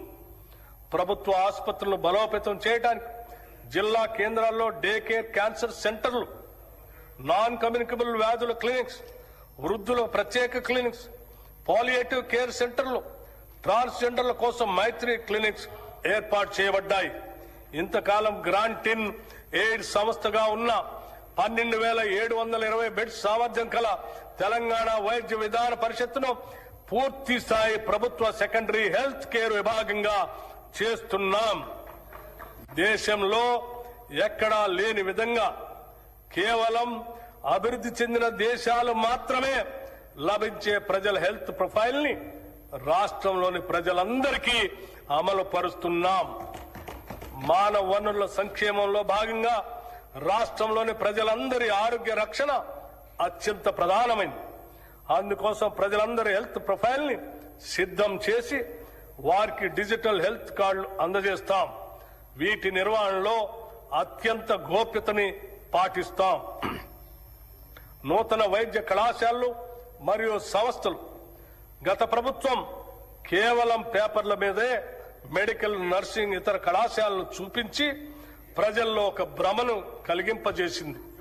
కానీ మేము వాటిని వాస్తవ రూపంలో తీసుకొచ్చి వాటి నిర్మాణ పనులను ప్రారంభించాం. ప్రభుత్వ ఆసుపత్రుల్లో మౌలిక సదుపాయాల కల్పనపై మా ప్రభుత్వం ప్రత్యేక దృష్టి సారించింది. 2023 డిసెంబర్ నాటికి ప్రభుత్వ ఆసుపత్రుల్లో 30,377 పడకలు అందుబాటులో ఉండగా కొత్తగా ప్రారంభించిన 9 ప్రభుత్వ వైద్య కళాశాల ద్వారా మరో 1,980 టెరిషరీ కేర్ పడకలు అందుబాటులోకి వచ్చాయి. దీనికి అదనంగా మా ప్రభుత్వం ఏర్పడిన తర్వాత 2024 సంవత్సరంలో 4,540 కొత్త బెడ్స్ అందుబాటులోకి వచ్చాయి. 2026 చివరి నాటికి సనత్ నగర్, ఎల్బీ నగర్, అల్వాల్లోని టిమ్స్ ఆసుపత్రులతో పాటు నిమ్స్ విస్తరణ, వరంగల్ మల్టీ సూపర్ స్పెషాలిటీ ఆసుపత్రితో కలిపి మరో 6,582 టెరిషరీ కేర్ పడకల్ని అందుబాటులోకి తీసుకొని వస్తాం. ఇవి కాక సెకండరీ కేర్ ఆసుపత్రుల్లో 12,720 పడకలు ఉన్నాయి. దీంతో రాష్ట్ర ప్రభుత్వ ఆసుపత్రుల్లో మొత్తం టెరిషరీ కేర్ పడకల సంఖ్య 44,029కి చేరుకుంటుంది. భారత ప్రజా ఆరోగ్య ప్రమాణాల ప్రకారం ప్రతి 1000 మందికి ఒక పడక ఉండాలన్న నిబంధనను మనం గణనీయంగా అధిగమించడం మనందరికీ గర్వకారణం. నూతనంగా 17 మెడికల్ కాలేజీల నిర్మాణాలు చేపడుతున్నాం. మెడికల్ విద్యను విస్తరించేందుకు కొత్తగా 9 ప్రభుత్వ మెడికల్ కళాశాల, 16 నర్సింగ్ కాలేజీలు, 28 పారామెడికల్ కాలేజీలు ప్రారంభించబడ్డాయి. చికిత్స ఆధారిత వ్యవస్థ నుంచి నిరోధక వైద్య సేవల వైపు మార్పును తీసుకొని వస్తున్నాం. ఈ బడ్జెట్ లో వైద్య మరియు ఆరోగ్య శాఖకి 13,679 కోట్ల రూపాయలు ప్రతిపాదిస్తున్నాం. ఉద్యోగులు, ఉపాధ్యాయులు, పెన్షనర్ల సంక్షేమం. కొన్ని దశాబ్దాల నుంచి ప్రభుత్వ ఉద్యోగులు మరియు పెన్షనర్లు ఎదురు చూస్తున్నటువంటి నగదు రహిత ఆరోగ్య భద్రతా పథకాన్ని ప్రారంభిస్తున్నాం.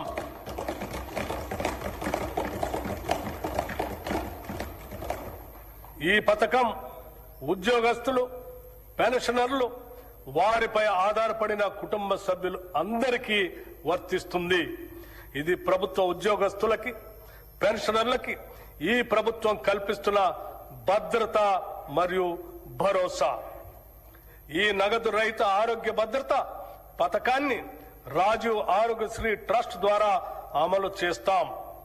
ప్రభుత్వ ఆసుపత్రులతో పాటు 421 ఎంపానెల్ ప్రైవేట్ ఆసుపత్రుల్లో 1,998 వ్యాధులకు ఈ పథకం ద్వారా చికిత్సను పొందవచ్చు. ప్రతి ఉద్యోగికి డిజిటల్ హెల్త్ కార్డు అందిస్తాం. ఈ పథకం ద్వారా దాదాపు 23,51,000 మంది ప్రభుత్వ ఉద్యోగస్తులు, పెన్షనర్లు, వారిపై ఆధారపడిన కుటుంబ సభ్యులు లబ్ధి పొందుతారు. ఉద్యోగుల భద్రత కోసం దేశంలోనే తొలిసారిగా సమగ్ర ప్రమాద బీమా పథకాన్ని ప్రవేశపెట్టాం.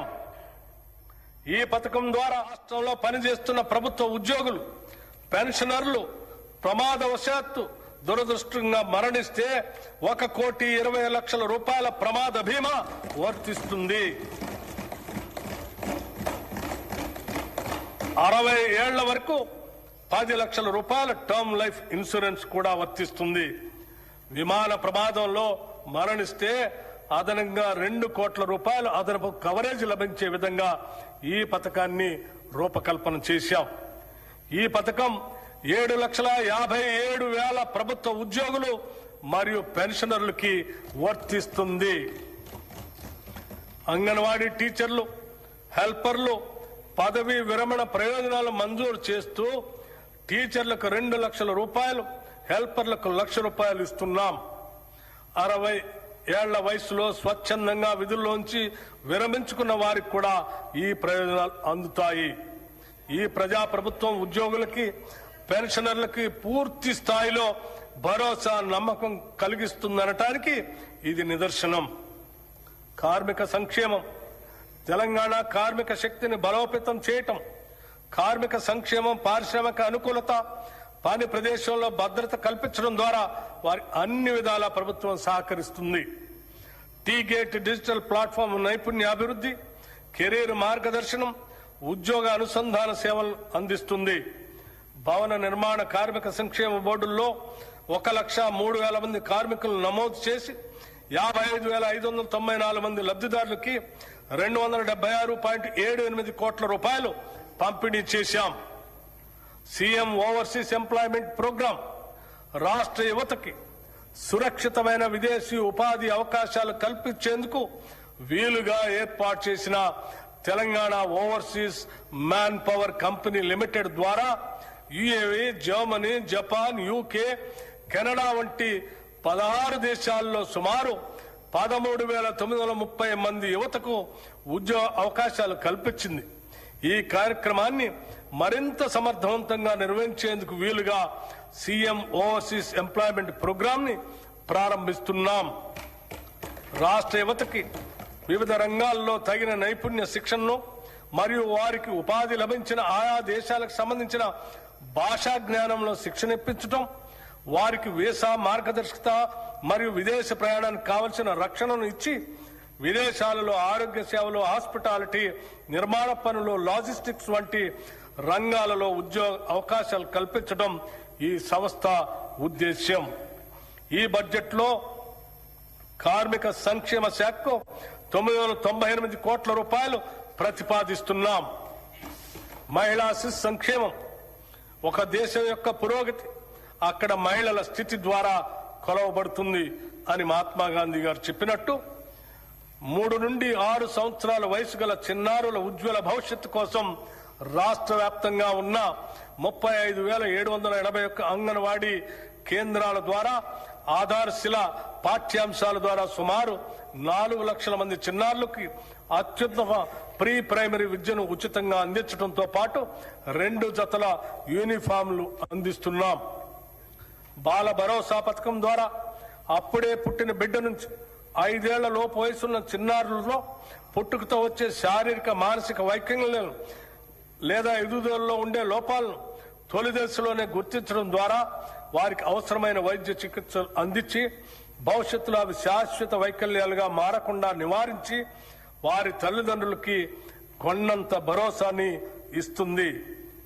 దివ్యాంగుల మధ్య జరిగే వివాహాన్ని ప్రోత్సహిస్తూ తమ వైవాహిక జీవితాన్ని సంతోషంగా ప్రారంభించేందుకు వీలుగా 2 లక్షల నగదును మన ప్రభుత్వం కానుకగా అందిస్తుంది.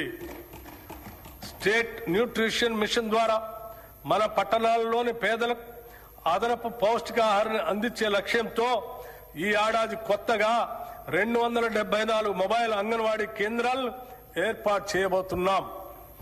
పాలనా పథకం ద్వారా పనిచేసే మహిళల పిల్లల కోసం రాష్ట్ర వ్యాప్తంగా 500 అంగన్వాడీ కమ్ క్రష్ సెంటర్లు ప్రారంభిస్తున్నాం.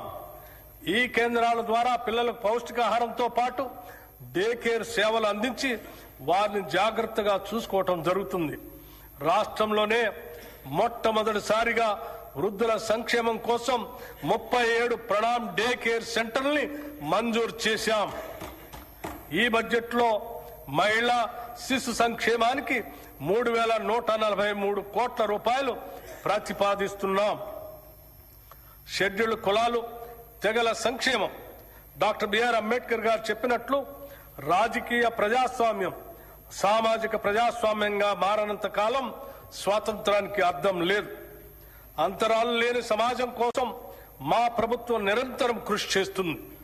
షెడ్యూల్డ్ కులాలు, షెడ్యూల్డ్ తెగలకు సామాజిక న్యాయం చేయాలనేది మా ప్రభుత్వం ముఖ్య ఉద్దేశం. వసతి పాఠశాలలు, నైపుణ్యాభివృద్ధి కార్యక్రమాల ద్వారా షెడ్యూల్ కులాలు, షెడ్యూల్ తెగలకు ఉద్యోగ అవకాశాలు కల్పించడానికి కృషి చేస్తున్నాం.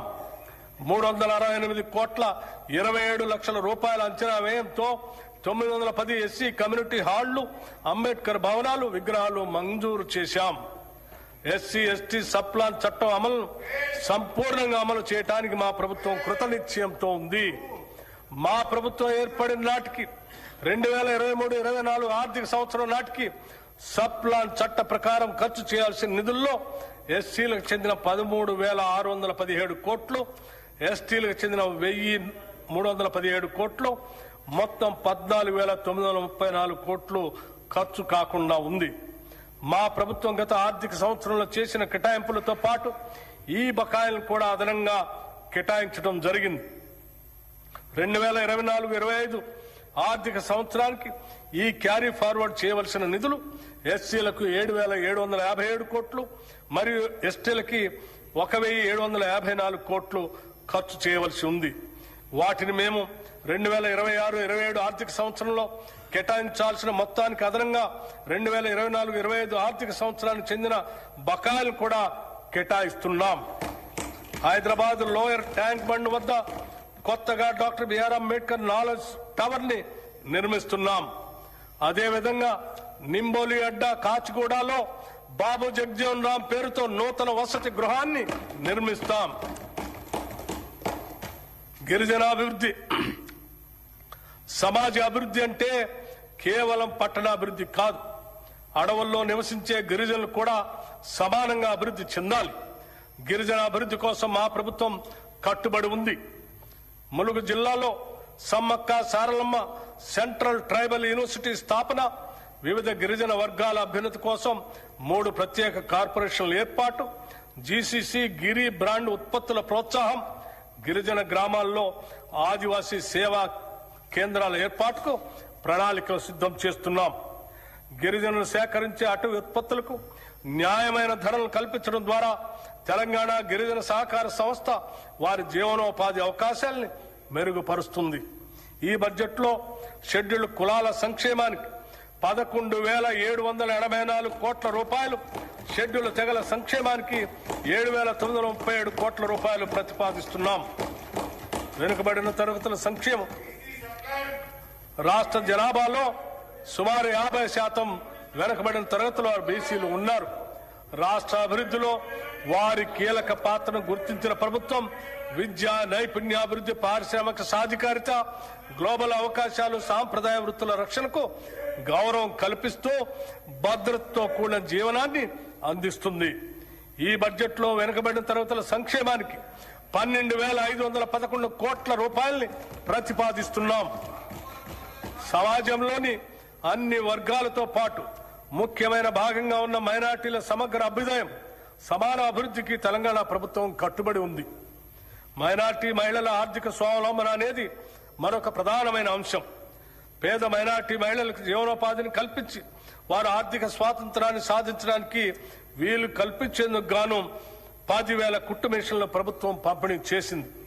అంతేకాకుండా మైనార్టీ యువతకు సాధికారత కల్పించి ఉపాధి సామర్థ్యాన్ని మెరుగుపరచడానికి ఉత్తమ ఉపాధి అవకాశాలు పెంపొందించుకు వీలుగా 4,655 మంది మైనార్టీ యువతకు నైపుణ్యాభివృద్ధి శిక్షణను అందించడమైనది. ఈ బడ్జెట్లో మైనార్టీ సంక్షేమానికి 3,769 కోట్ల రూపాయలు ప్రతిపాదిస్తున్నాం. రాజీవ్ యువ వికాసం, SC, ST, BC, minority, OC వర్గాలకు చెందిన యువతను ఆర్థిక సహాయం అందించే లక్ష్యంతో తెలంగాణ ప్రభుత్వం రాజీవ్ యువ వికాస పథకం అనే ప్రతిష్టాత్మక కార్యక్రమాన్ని ప్రవేశపెట్టింది. వారిలో ఆర్థిక స్వయం సమృద్ధిని, వ్యవస్థాపక సామర్థ్యాలను పెంపొందించడానికి సంబంధిత కార్పొరేషన్ల ద్వారా ఈ పథకం అమలు చేయబడుతుంది. ఈ పథకం అమలుకు 6,000 కోట్ల రూపాయలు ఈ బడ్జెట్లో ప్రతిపాదించాం. గృహ నిర్మాణ శాఖ, ప్రతి కుటుంబానికి సొంత ఇల్లు ఉండటం వారి ఆత్మ గౌరవానికి చిహ్నం. దీనిని గుర్తించి ప్రభుత్వం ఇందిరమ్మ ఇళ్లు అనే పవిత్రమైన ఒక బృహత్తర కార్యక్రమాన్ని ప్రారంభించింది. దీనికోసం పేద కుటుంబాలకు వారి సొంత స్థలాల్లో ఇళ్ల నిర్మాణం కోసం లబ్ధిదారులకి ఒక్కొక్క ఇంటికి 5 లక్షల రూపాయలు ఆర్థిక సహాయం అందిస్తున్నాము. ఈ పథకం కింద ప్రభుత్వం 4,50,000 ఇళ్లను మంజూరు చేసింది. ప్రతి అసెంబ్లీ నియోజకవర్గంలో అర్హత కలిగిన అన్ని వర్గాల వారికి ఈ ఇళ్లు కేటాయించబడతాయి. గిరిజన జనాభా ఉన్న ప్రాంతాలకు ప్రత్యేక ప్రాధాన్యత ఇస్తూ ప్రతి నియోజకవర్గానికి అదనంగా 1000 ఇళ్లు కేటాయించాం. ఈ పథకానికి 22,500 కోట్లు ఖర్చు అవుతుంది. ఇప్పటి వరకు 5,073,84 లక్షలు ఖర్చు చేశాం. ఈ బడ్జెట్ లో గృహ నిర్మాణ శాఖకు 7,430 కోట్ల రూపాయలు ప్రతిపాదిస్తున్నాం. ఐటీ రంగంలో మనం సాధిస్తున్న అభివృద్ధి దేశానికే తలమానికంగా మారిందనటంలో సందేహం లేదు. రాష్ట్రంలో 1,500 కంటే ఎక్కువ ఐటీఈఎస్ కంపెనీలు ఉన్నాయి. తెలంగాణ ప్రభుత్వం ఐటీ రంగంలో వృద్ధిని సాధించడానికి, పెట్టుబడులు ఆకర్షించడానికి, ఉపాధి కల్పన కోసం 1వ, 2వ ఐసిటి విధానాలను ప్రారంభించింది. వీటితో పాటు ఎలక్ట్రానిక్స్ పాలసీ, ఇమేజ్ పాలసీ వంటి వాటిని కూడా ప్రభుత్వం తీసుకువస్తుంది. రాష్ట్ర ఐటీ ఎగుమతులు 3.13 లక్షల కోట్లకు చేరుకొని 9.39 లక్షల మందికి పైగా ఉపాధి అవకాశాలు కల్పిస్తున్నాయి. భారతదేశంలోని మొత్తం గ్లోబల్ క్యాపబిలిటీ సెంటర్లలో సుమారు 20% హైదరాబాద్లోనే ఉన్నాయి. 2024-25లో 70కి పైగా కొత్త జీసీసీలు ఇక్కడ ఏర్పాటు చేయబడ్డాయి. ప్రపంచ టెక్ దిగ్గజం గూగుల్ కంపెనీ హైదరాబాద్లో గూగుల్ సేఫ్టీ ఇంజనీరింగ్ సెంటర్ని ఏర్పాటు చేసింది. హైదరాబాద్ పశ్చిమ ప్రాంతానికే పరిమితం కాకుండా నగరం చుట్టూ ఐటీని విస్తరించడానికి గ్రిడ్ విధానాన్ని ప్రభుత్వం ప్రోత్సహిస్తుంది. ప్రస్తుతం ప్రభుత్వ కార్యాలయాల్లో ప్రైవేటు సంస్థల ద్వారా వాడుతున్న ఇంటర్నెట్ కు చేస్తున్న ఖర్చును తగ్గించి ప్రభుత్వ సంస్థ అయిన T-Fiber ద్వారా సురక్షితమైన హై స్పీడ్ ఇంటర్నెట్ ఇవ్వాలనే ఉద్దేశంతో 424 మండలాల్లోని 8,888 గ్రామ పంచాయతీలకు 4,800 ప్రభుత్వ సంస్థలకు ఫైబర్ అనుసంధానత కల్పించబడింది. ఈ సంవత్సరాంతానికి 50,000 ప్రభుత్వ సంస్థలకు ఈ సౌకర్యం కల్పించాలని లక్ష్యంగా పెట్టుకున్నాం. ఈ బడ్జెట్ లో ఐటీ శాఖకు 875 కోట్ల రూపాయలు ప్రతిపాదిస్తున్నాం. పరిశ్రమల రంగం రాష్ట్ర జీఎస్డిపిలో పరిశ్రమ రంగం వాటా 3,04,217 కోట్ల రూపాయలు. తెలంగాణ రాష్ట్రం పరిశ్రమలకు ఇస్తున్న ప్రాధాన్యతను గుర్తించి ప్రపంచంలోనే వివిధ కంపెనీలు పేరొందిన సంస్థలు తెలంగాణలో పెట్టుబడులు పెట్టడానికి తరలి వచ్చాయి. వివిధ పరిశ్రమలతో రాష్ట్ర ప్రభుత్వం చేసుకున్న ఎంఓయూలు అమలు, పర్యవేక్షణకు ప్రభుత్వం ప్రత్యేకంగా స్పీడ్ విభాగాన్ని ఏర్పాటు చేసి దాని రాష్ట్ర ప్రధాన కార్యదర్శి ఆధ్వర్యంలో నిర్వహిస్తుంది. Raising and accelerating MSME performance ద్వారా రాష్ట్రంలో 140 మహిళా సంఘాల ఆధ్వర్యంలోని వ్యాపారాలను వేగవంతం చేయడానికి ప్రత్యేక కార్యక్రమం చేపట్టింది. 33 జిల్లాల్లో మారుమూలన ఉన్న మహిళలను కూడా చేరుకునేటట్లుగా ప్రీ ఇంక్యుబేషన్ కార్యక్రమం చేపట్టాం. దివ్యాంగులు, ట్రాన్స్జెండర్లు, మైనార్టీలు, ఆదివాసీలు వంటి వర్గాలకు చెందిన మహిళా వ్యాపారులకు ప్రత్యేకంగా ఇంక్యుబేషన్ గ్రౌండ్ స్థాయి ఎంఎస్ఎంఈలకు ప్రాధాన్యత ఇస్తున్నాం. తెలంగాణ పశ్చిమ ప్రాంతం, ముఖ్యంగా కొడంగల్ పరిసర ప్రాంతంలో రాబోయే సంవత్సరాల్లో ప్రధాన పారిశ్రామిక కేంద్రంగా అభివృద్ధి చెందనుంది. ఈ నేపథ్యంలో రాబోయే రేడియల్ రోడ్ 2 సమీపంలో భారీ పారిశ్రామిక పార్కుల కోసం ప్రభుత్వం భూములను సమీకరించేందుకు ప్రణాళికలు రూపొందించింది.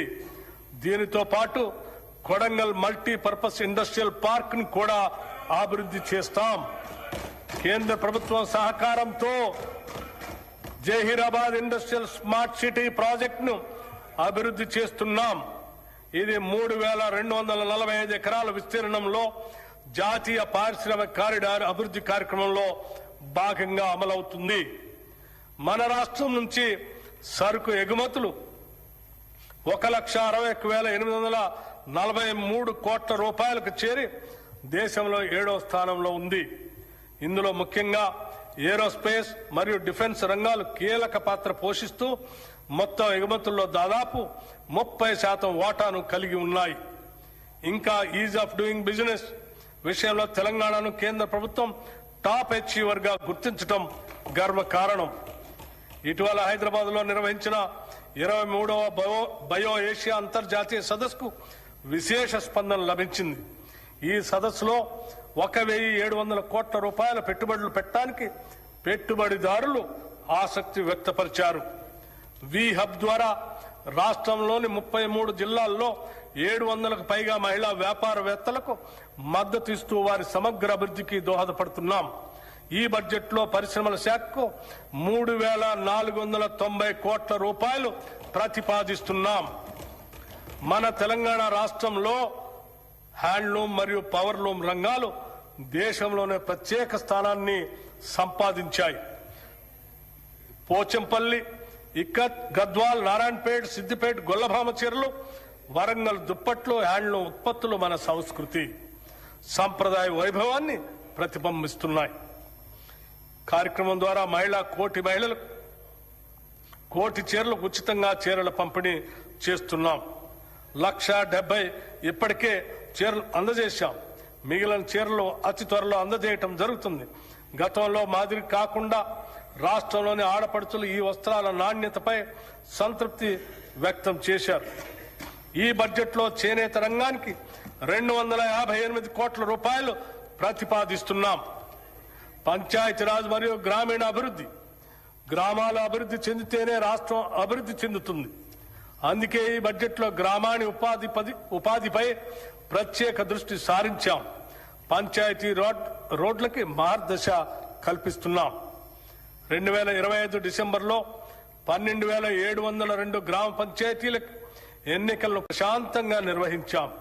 తద్వారా 15వ ఆర్థిక సంఘం సిఫార్సుల ప్రకారం భారత ప్రభుత్వం 1,597 కోట్ల రూపాయలను విడుదల చేసింది.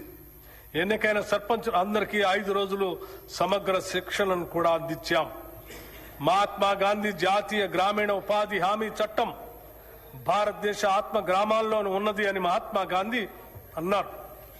గ్రామాల్లోని పేదరికాన్ని, నిరుద్యోగాన్ని తరిమి కొట్టడానికి ఒక అస్త్రంలా మహాత్ముడి పేరు మీద అప్పటి యూపీఏ ప్రభుత్వం తీసుకొచ్చిన గొప్ప చట్టమే మహాత్మా గాంధీ జాతీయ గ్రామీణ ఉపాధి హామీ చట్టం. ఇది కేవలం ఒక పథకం కాదు, ఇది సామాన్యుడికి కల్పించిన ఉపాధి హక్కు. ఈ పథకం గత 2 దశాబ్దాలుగా పల్లెల్లో ఒక నిశ్శబ్ద విప్లవాన్ని తెచ్చింది. ఏటా 100 రోజుల పని గ్యారంటీ ఇవ్వటం ద్వారా వలసలను అరికట్టి కూలీల్లో 50% పైగా ఉన్న మహిళలకు మహిళా సాధికారితను ఇది పట్టుకొమ్మగా నిలిచింది. కానీ ప్రస్తుత కేంద్ర ప్రభుత్వం MGNREGA స్థానంలో VBG రామ్జీ అనే కొత్త పథకాన్ని తీసుకొచ్చింది. మన తెలంగాణ శాసనసభ ఈ కొత్త చట్టాన్ని ఏకగ్రీవంగా వ్యతిరేకించింది. పాత చట్టం ద్వారా కేంద్రం 90% నిధులు ఇస్తే ఈ చట్టం ద్వారా కేంద్రం 60% నిధులు మాత్రమే ఇస్తుంది. మిగతా 40% నిధులు రాష్ట్రం భరించాలని నిబంధన పెట్టింది. ఇది మళ్లీ వలసలను ప్రోత్సహించే కార్యక్రమం. తెలంగాణలో 90% మంది లబ్ధిదారులు SC, ST, BC వర్గాల వారే. బడ్జెట్ పరిమితుల వల్ల వీరి జీవనోపాధికి పెను ప్రమాదం పొంచి ఉంది. హ్యామ్ రోడ్లు రాష్ట్రంలోని పంచాయతీరాజ్ ఇంజనీరింగ్ డిపార్ట్మెంట్ ఎంపిక చేసిన రహదారులను హైబ్రిడ్ యాన్యుటీ మోడ్ విధానంలో నిర్మాణం, అభివృద్ధి, నిర్వహణ చేసేందుకు ప్రతిపాదనలు సిద్ధమయ్యాయి. మొదటి దశ కింద 96 నియోజకవర్గాల పరిధిలో 7,450 కిలోమీటర్ల గ్రామీణ రోడ్ల నిర్మాణం చేపట్టడం జరుగుతుంది. ఈ విధానం ప్రకారం 40% వ్యయాన్ని రాష్ట్ర ప్రభుత్వం భరించగా మిగిలిన 60% రాయితీదారు పెట్టుబడి పెడతారు. ఈ 60% రాష్ట్ర ప్రభుత్వం 15 సంవత్సరాల కాల పరిమితి 30 యాన్యుటీల్లో తిరిగి చెల్లిస్తుంది. ఈ రోడ్ల నిర్వహణ బాధ్యత పెట్టుబడిదారుడికే ఉంటుంది. ఈ ఆర్థిక సంవత్సరంలో 2,980 కిలోమీటర్ల రహదారుల్ని నిర్మించాలని ప్రతిపాదించడమైనది. ప్రస్తుత ఆర్థిక సంవత్సరంలో నగదు చెల్లింపుకి 1,372 కోట్ల రూపాయలు అవసరం అవుతుంది. ఈ బడ్జెట్లో పంచాయతీరాజ్ గ్రామీణ అభివృద్ధికి 33,688 కోట్ల రూపాయలు ప్రతిపాదిస్తున్నాము. సాగునీటి ప్రాజెక్టులు డిసెంబర్ 2023లో మా ప్రభుత్వం బాధ్యతలు చేపట్టి నుండి సాగునీటి ప్రాజెక్టులు పూర్తి చేయటం ప్రభుత్వ ప్రాధాన్యంలో ఒకటిగా ఉంది. కృష్ణా గోదావరి జలాల్లో తెలంగాణకు దక్కాల్సిన న్యాయమైన వాటా కోసం గౌరవ సుప్రీంకోర్టు ట్రిబ్యునల్ చట్టబద్ధమైన సంస్థలు భారత ప్రభుత్వం వంటి ప్రతి వేదిక పైన మా ప్రభుత్వం సమర్థవంతంగా పోరాడింది. మా ప్రభుత్వానికి గతంలో పెండింగ్ లో ఉన్న అనేక ప్రాజెక్టులు వారసత్వంగా వచ్చాయి. క్యాపబిలిటీ ప్రస్తుతం కొనసాగుతున్న మరియు పెండింగ్ లో ఉన్న ప్రాజెక్టులైన పాలమూరు రంగారెడ్డి ఎత్తిపోతల పథకం, మహాత్మా గాంధీ కలవకుర్తి ఎత్తిపోతల పథకం, జవహర్ నెట్టెంపాడు ఎత్తిపోతల పథకం, రాజీవ్ భీమా ఎత్తిపోతల పథకం, మక్తల్ నారాయణపేట కొడంగల్ ఎత్తిపోతల పథకం, ఎలిమినేటి మాధవరెడ్డి శ్రీశైలం ఎడమకట్టు గాలువ ప్రాజెక్ట్, ఉదయ సముద్రం డిండి ఎత్తిపోతల పథకం, మహాత్మా గాంధీ ఎత్తిపోతల పథకం, జాన్పాడు ఎత్తిపోతల పథకం, మోతే ఎత్తిపోతల పథకం, జె చొక్కారావు దేవాదుల ఎత్తిపోతల పథకం, సీతారామ ఎత్తిపోతల పథకం, చిన్న కాళేశ్వరం ఎత్తిపోతల పథకం, Gouravelli project, Errapalem Jawaharlal lift irrigation project, Triveni Sangamam, Pulimadugu వాగు, కొమరం భీము, చిక్మాను వాగు, కేరామేరి మండలంలో అమ్మవారి మడగాస్కర్, లెండిగూడ, జైనూర్, మంటో, రోసి, మల్టా మినీ రిజర్వాయర్ మరియు ఇతర ముఖ్యమైన ప్రాజెక్టులు పూర్తి చేసే దిశగా మేము కృషి చేస్తున్నాము. గత ప్రభుత్వం చేసిన చారిత్రక తప్పిదాన్ని మా ప్రభుత్వం సరిదిద్ది ఉమ్మడి ఆదిలాబాద్ జిల్లాలో డాక్టర్ బిఆర్ అంబేద్కర్ చేవెళ్ల ప్రాజెక్టులు కూడా చేపడుతుంది అని తెలియజేస్తున్నాం.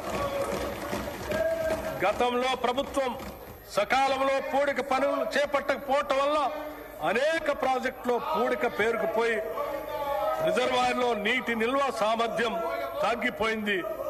భారత ప్రభుత్వ జలశక్తి మంత్రిత్వ శాఖ వారి జాతీయ పూడికతీత మార్గదర్శకాల ప్రకారం ఇప్పటికే ఆదాయ ఉత్పత్తి విధానం ఆధారంగా పైలట్ ప్రాజెక్ట్ గా చేపట్టిన కడెం, లోయర్ మానేర్ డ్యాం మరియు మిడ్ మానేర్ డ్యాం ప్రాజెక్టులతో పాటుగా శ్రీరామ్ సాగర్ ప్రాజెక్ట్, ప్రియదర్శిని జోరాల ప్రాజెక్ట్, మూసీ నాగార్జున సాగర్ ప్రాజెక్టులో కోల్పోయిన నీటి సామర్థ్యాన్ని పునరుద్ధరించడానికి మేము పూడికతీత పనులు చేపడుతున్నాం. ఈ బడ్జెట్ లో నీటిపారుదల శాఖకి 22,615 కోట్ల రూపాయలు ప్రతిపాదిస్తున్నాం. రవాణా శాఖ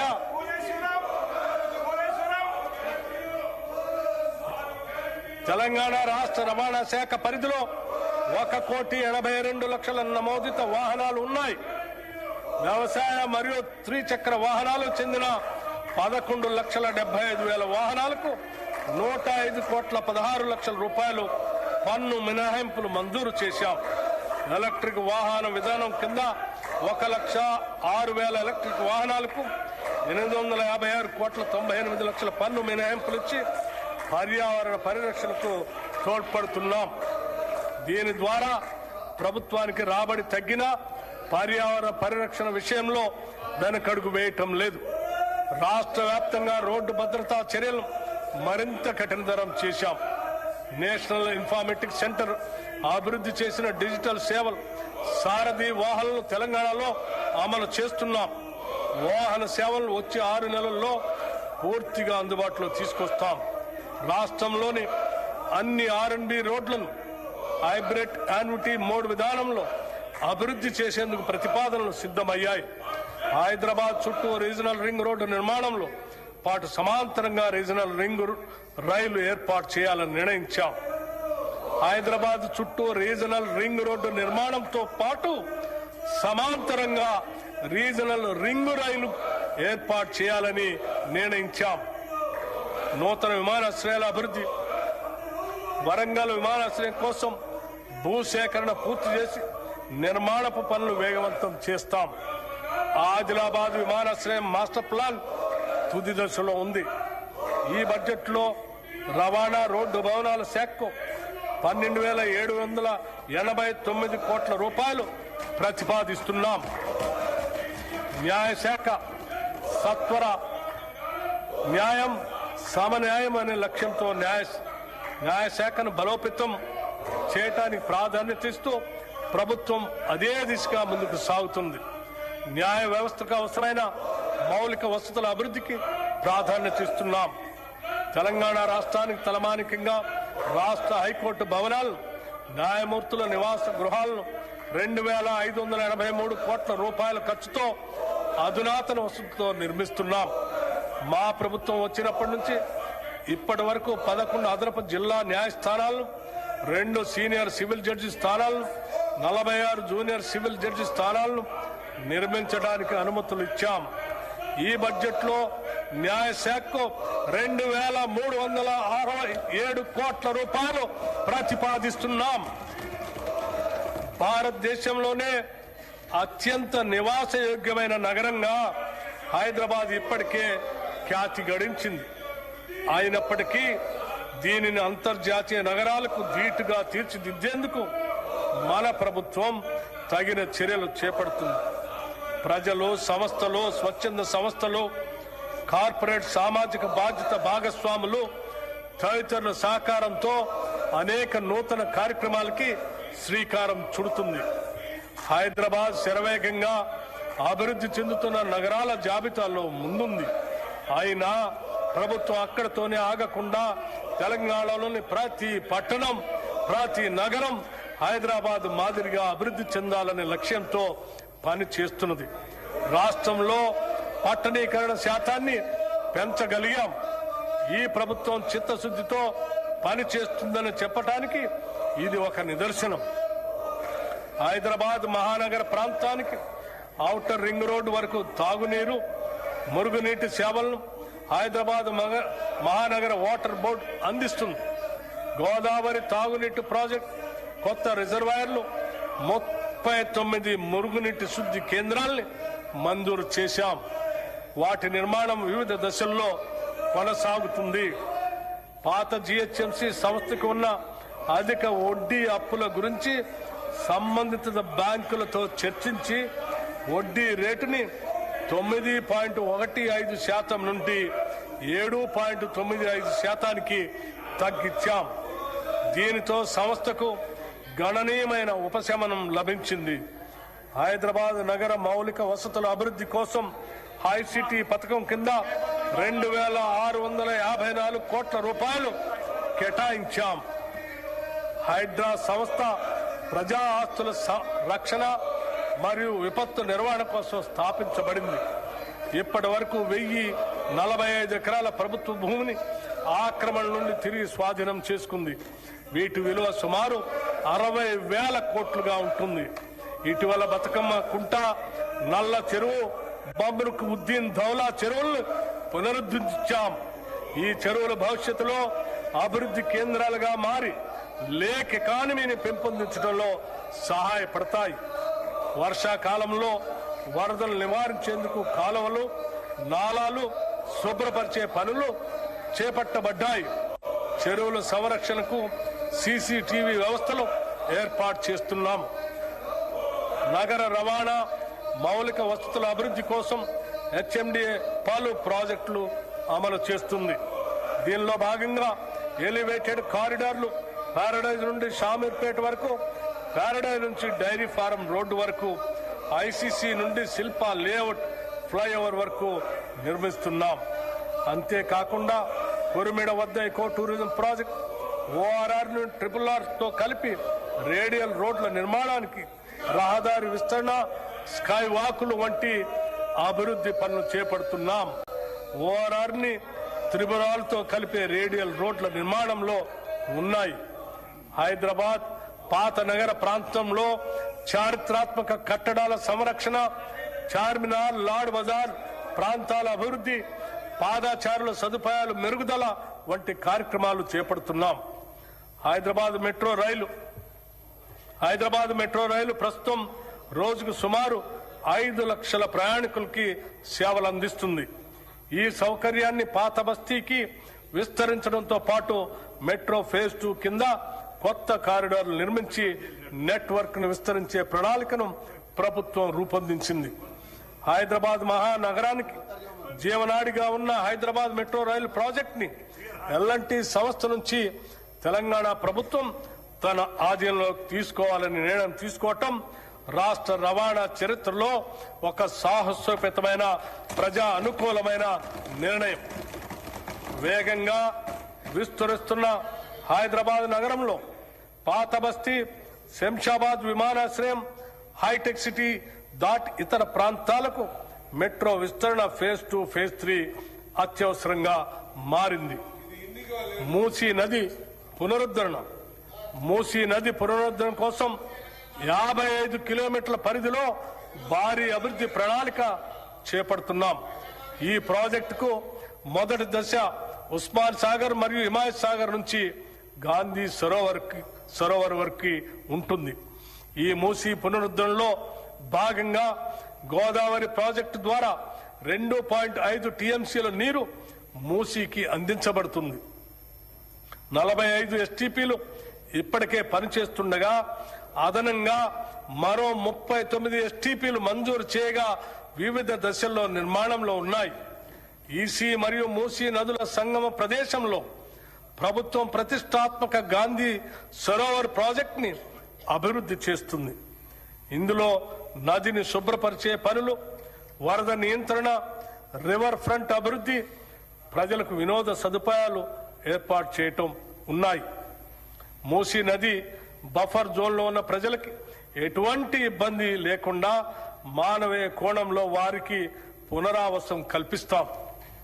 మా ప్రభుత్వం హైదరాబాద్ మరియు హైదరాబాద్ చుట్టూ పక్కల వివిధ మౌలిక సదుపాయాల అభివృద్ధి గురించి వివిధ సంస్థల ద్వారా సుమారు 43,592 కోట్ల 88 లక్షల రూపాయల పనులను మంజూరు చేసింది. వాటిలో ఇప్పటికే 24,752 కోట్ల రూపాయల పనులు ప్రారంభమయ్యాయి. మిగిలిన త్వరలో చేపడతాం. ఈ బడ్జెట్లో పురపాలక మరియు పట్టణాభివృద్ధి శాఖకు 17,907 కోట్ల రూపాయలు ప్రతిపాదిస్తున్నాం. శాంతి భద్రతల పరిరక్షణ, రాష్ట్రంలో శాంతి భద్రతల పరిరక్షణ ప్రభుత్వం అత్యంత ప్రాధాన్యతనిస్తుంది. సంఘ వ్యతిరేక కార్యక్రమాలను నిలువరించడంలో పోలీసు శాఖ మంచి ఫలితాలు కనపరుస్తుంది. డ్రగ్స్ పై ఉక్కుపాతం మోపేందుకు, రాష్ట్రాన్ని మాదక ద్రవ్యాల ముప్పు నుంచి రక్షించేందుకు ప్రభుత్వం ఈగల్ అనే ప్రత్యేక దళాన్ని ఏర్పాటు చేసింది. మాదక ద్రవ్యాలు తయారు చేస్తున్న 15 రహస్య ఫ్యాక్టరీలు, ప్రయోగశాలను గుర్తించి నిర్మూలించింది. అంతర్రాష్ట్ర డ్రగ్ రవాణాను అరికట్టేందుకు ముఖ్య మార్గాల్లో జాయింట్ చెక్ పోస్టులు, సీసీటీవీ పర్యవేక్షణ ఏర్పాటు చేశాం. దర్యాప్తు సామర్థ్యాన్ని పెంచేందుకు ప్రత్యేక నార్కోటిక్ ఫోరెన్సిక్ ప్రయోగశాల కూడా స్థాపించాం. డ్రగ్స్ వినియోగాన్ని తగ్గించేందుకు రాష్ట్ర వ్యాప్తంగా డి అడిక్షన్ కేంద్రాలు ఏర్పాటు చేయటమే కాకుండా విద్యా సంస్థల్లో 4,729 యాంటీ డ్రగ్ కమిటీలు, 20,989 ప్రహరీ క్లబ్స్ ఏర్పాటు చేసి యువతలో అవగాహన పెంపొందిస్తున్నాం.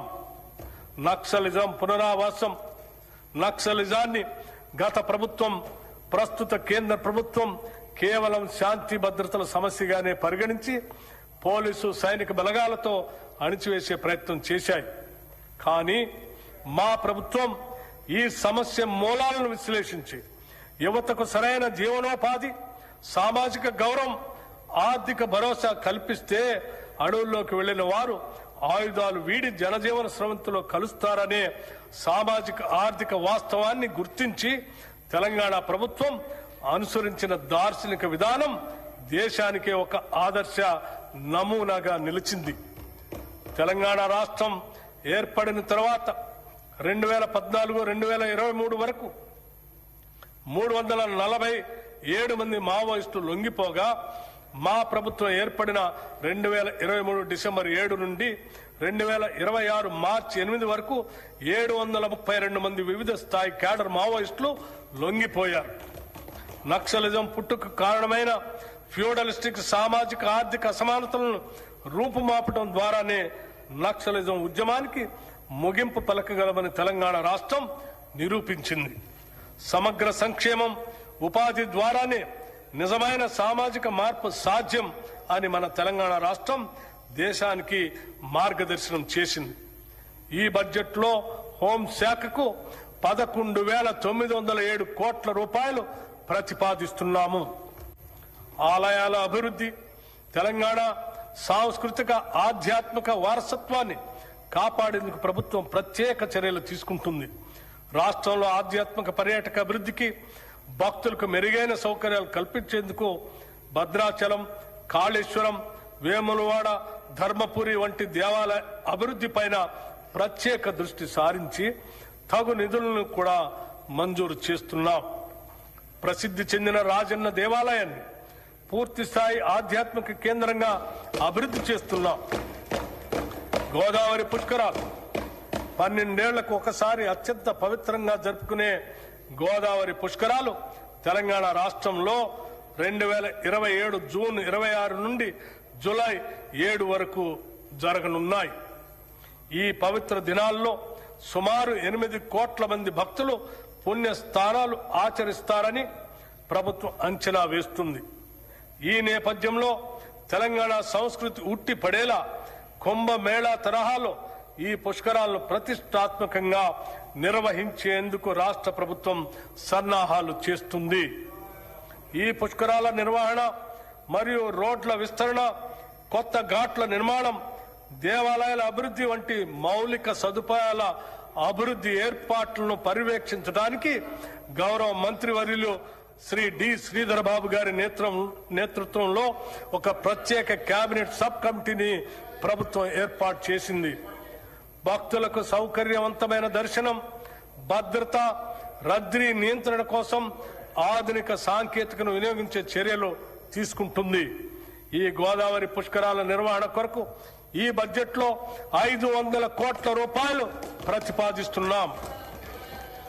ఆధ్యాత్మిక పర్యాటక అభివృద్ధి, రాష్ట్రంలో ఆధ్యాత్మిక పర్యాటకాన్ని అభివృద్ధి చేయడంతో పాటు భక్తులకు మెరుగైన సౌకర్యాలు కల్పించడం ప్రభుత్వ ప్రధాన లక్ష్యం.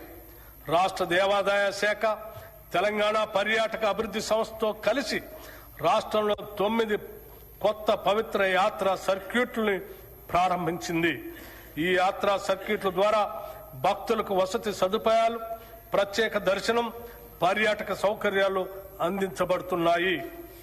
యువజన సర్వీసులు, క్రీడలు, టూరిజం, యువతే రాష్ట్ర భవిష్యత్తుకు మార్గనిర్దేశకుడు. వారిలో నైపుణ్యాభివృద్ధిని పెంపొందించి పారదర్శక నియామక ప్రక్రియ ద్వారా ఉపాధి అవకాశాలను పెంపొందిస్తున్నాం. గత ఏడాది డిసెంబర్ 13, 2025న ఉప్పల్ రాజీవ్ గాంధీ అంతర్జాతీయ స్టేడియం ఒక అపూర్వ ఘట్టానికి వేదికైంది. ప్రపంచ ఫుట్బాల్ దిగ్గజం లియోనెల్ మెస్సీని మన హైదరాబాద్ గడ్డపైకి తీసుకురావటం మన ప్రభుత్వ దార్శనికతకు, క్రీడల పట్ల ఉన్న చిత్తశుద్ధికి నిదర్శనం. ఈ చారిత్రక ప్రదర్శన మ్యాచ్ లో సాక్షాత్తు గౌరవ ముఖ్యమంత్రి శ్రీ రేవంత్ రెడ్డి గారు పాల్గొన్న తీరు రాష్ట్ర వ్యాప్తంగా లక్షలాది మంది యువతలో అపూర్వమైన క్రీడా స్ఫూర్తిని రగిలించింది. అట్టడుగు స్థాయి నుండి ప్రతిభను వెలికి తీయాలనే లక్ష్యంతో ఎంపిక చేసిన పేద మరియు ప్రతిభావంతులైన పిల్లల కోసం మెస్సీ బృందంతో ప్రత్యేక ఫుట్బాల్ క్లినిక్ ఏర్పాటు చేశాం. ప్రపంచ స్థాయి ఆటగాళ్ల చేతుల మీదుగా ఈ పిల్లలు శిక్షణ పొందటం రేపటి తెలంగాణ క్రీడా భవిష్యత్తుకు వేసిన బలమైన పునాది. రాష్ట్రాన్ని 2047 నాటికి దేశానికి స్పోర్ట్స్ క్యాపిటల్ గా మార్చేందుకు ఈ ప్రభుత్వం ప్రణాళికలు రూపొందించింది. తెలంగాణ స్పోర్ట్స్ కాంక్లేవ్ లో రాష్ట్ర నూతన క్రీడా విధానాన్ని మా ప్రభుత్వం ఆవిష్కరించింది. రాష్ట్రంలో క్రీడా రంగం అభివృద్ధి కోసం 9 కీలక ఎంఓయూలు చేసుకున్నాం. వివిధ క్రీడల్లో ప్రత్యేక శిక్షణతో పాటు క్రీడాకారులు మానసికంగా శారీరకంగా దృఢంగా ఉండేందుకు వీలుగా చర్యలు చేపట్టాం. గురుకులాల్లోని విద్యార్థులకు జల్లెడ పట్టి ప్రతిభావంతులను ఎంపిక చేసి ప్రత్యేకంగా శిక్షణ అందించాలని మా ప్రభుత్వం నిర్ణయించింది. రాష్ట్ర యువత క్రీడా రంగంలో ప్రత్యేక నైపుణ్యాలను పెంపొందించుకోవటానికి వీలుగా యంగ్ ఇండియా ఫిజికల్ ఎడ్యుకేషన్ మరియు స్పోర్ట్స్ యూనివర్సిటీని ప్రారంభించాం. హైదరాబాద్ నగరంలోని గచ్చిబౌలి జిఎంసి బాలయోగి హాకీ మైదానంలో ప్రతిష్టాత్మక మహిళల హాకీ వరల్డ్ కప్ క్వాలిఫైయర్స్ కు ఆతిథ్యం ఇవ్వటం తెలంగాణ రాష్ట్రానికి దక్కిన అరుదైన గౌరవం. 8 దేశాలకు చెందిన క్రీడాకారులు పాల్గొన్న ఈ అంతర్జాతీయ టోర్నమెంట్ కోసం తెలంగాణ ప్రభుత్వం స్టేడియాన్ని అంతర్జాతీయ ప్రమాణాలకు అనుగుణంగా మరింత తీర్చిదిద్ది విజయవంతంగా నిర్వహించింది. భారత మహిళలు హాకీ టీం ప్రపంచ కప్ కి అర్హత సాధించింది. నూతన క్రీడా విధానం చిన్న వయసులోనే అట్టడుగు స్థాయి నుండి ప్రతిభావంతులను గుర్తించి వారిని ఉన్నతంగా తీర్చిదిద్దే లక్ష్యంగా పనిచేస్తుంది. ఇందులో భాగంగా గత 2 ఏళ్లుగా పారా స్పోర్ట్స్ తో సహా 40 క్రీడా విభాగాల్లో సీఎం కప్ టోర్నమెంట్లు ప్రవేశపెట్టడం జరిగింది. విజేతలకు నగదు బహుమతులు ప్రదానం చేస్తున్నాం. అలాగే విశేష ప్రతిభ కనబరిచిన పిల్లలను గుర్తించి వారికి ఉన్నత స్థాయి శిక్షణను అందిస్తున్నాం. టూరిజం పాలసీ తెలంగాణ రాష్ట్రంలో పర్యాటక రంగాన్ని సమగ్రంగా అభివృద్ధి చేయడానికి మా ప్రభుత్వం తెలంగాణ టూరిజం పాలసీ 2025-2030 ప్రకటించి అమలు చేస్తుంది. ఈ పర్యాటక విధానం ద్వారా రాష్ట్రంలో పెట్టుబడులను ఆకర్షించడం, ఉపాధి అవకాశాలను విస్తరించడం మరియు స్థానిక కళలు సంస్కృతి సాంప్రదాయాలను ప్రపంచానికి పరిచయం చేయటం లక్ష్యంగా పెట్టుకున్నాం. ఈ విధానానికి ప్రైవేట్ రంగం నుండి విశేష స్పందన లభించింది. తద్వారా 25,000 కోట్ల రూపాయల పైగా పెట్టుబడులు ప్రతిపాదనల దశల్లో ఉన్నాయి.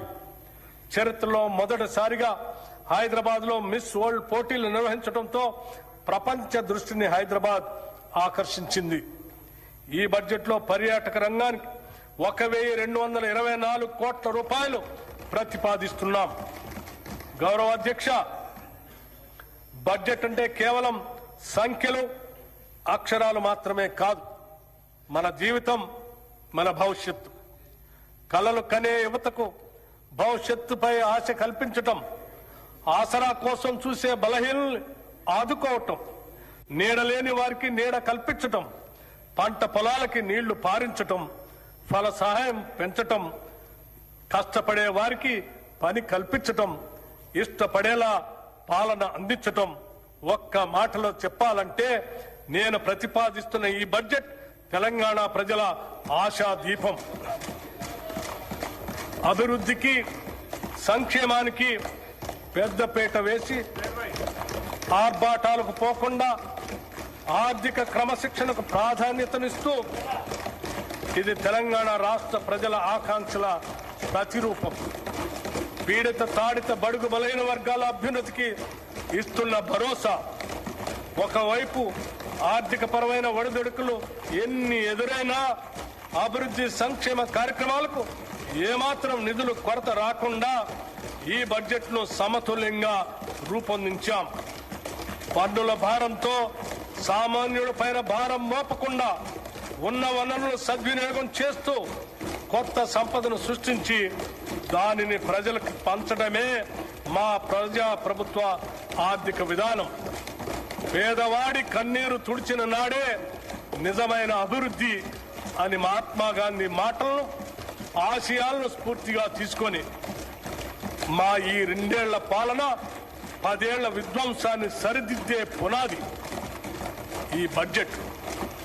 ఈ పునాదిపై ఒక సుందరమైన, సుసంపన్నమైన, ప్రశాంతమైన తెలంగాణ రాష్ట్రాన్ని నిర్మించే బ్లూ ప్రింట్ ఇది.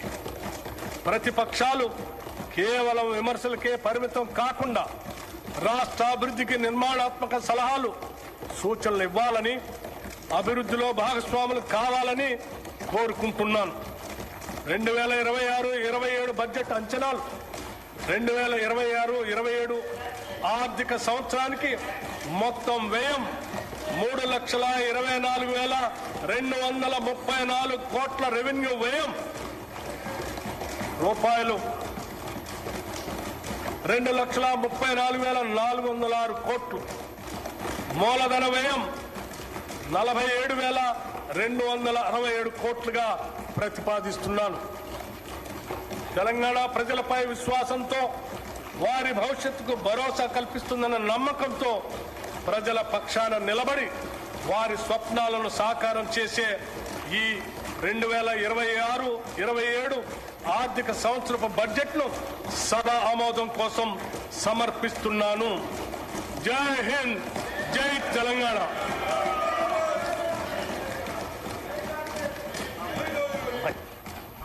Annual financial statement budget for 2026-27 presented. The House is urged to meet again at 10 a.m.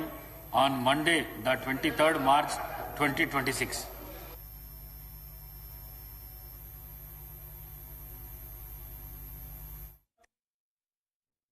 Annual financial statement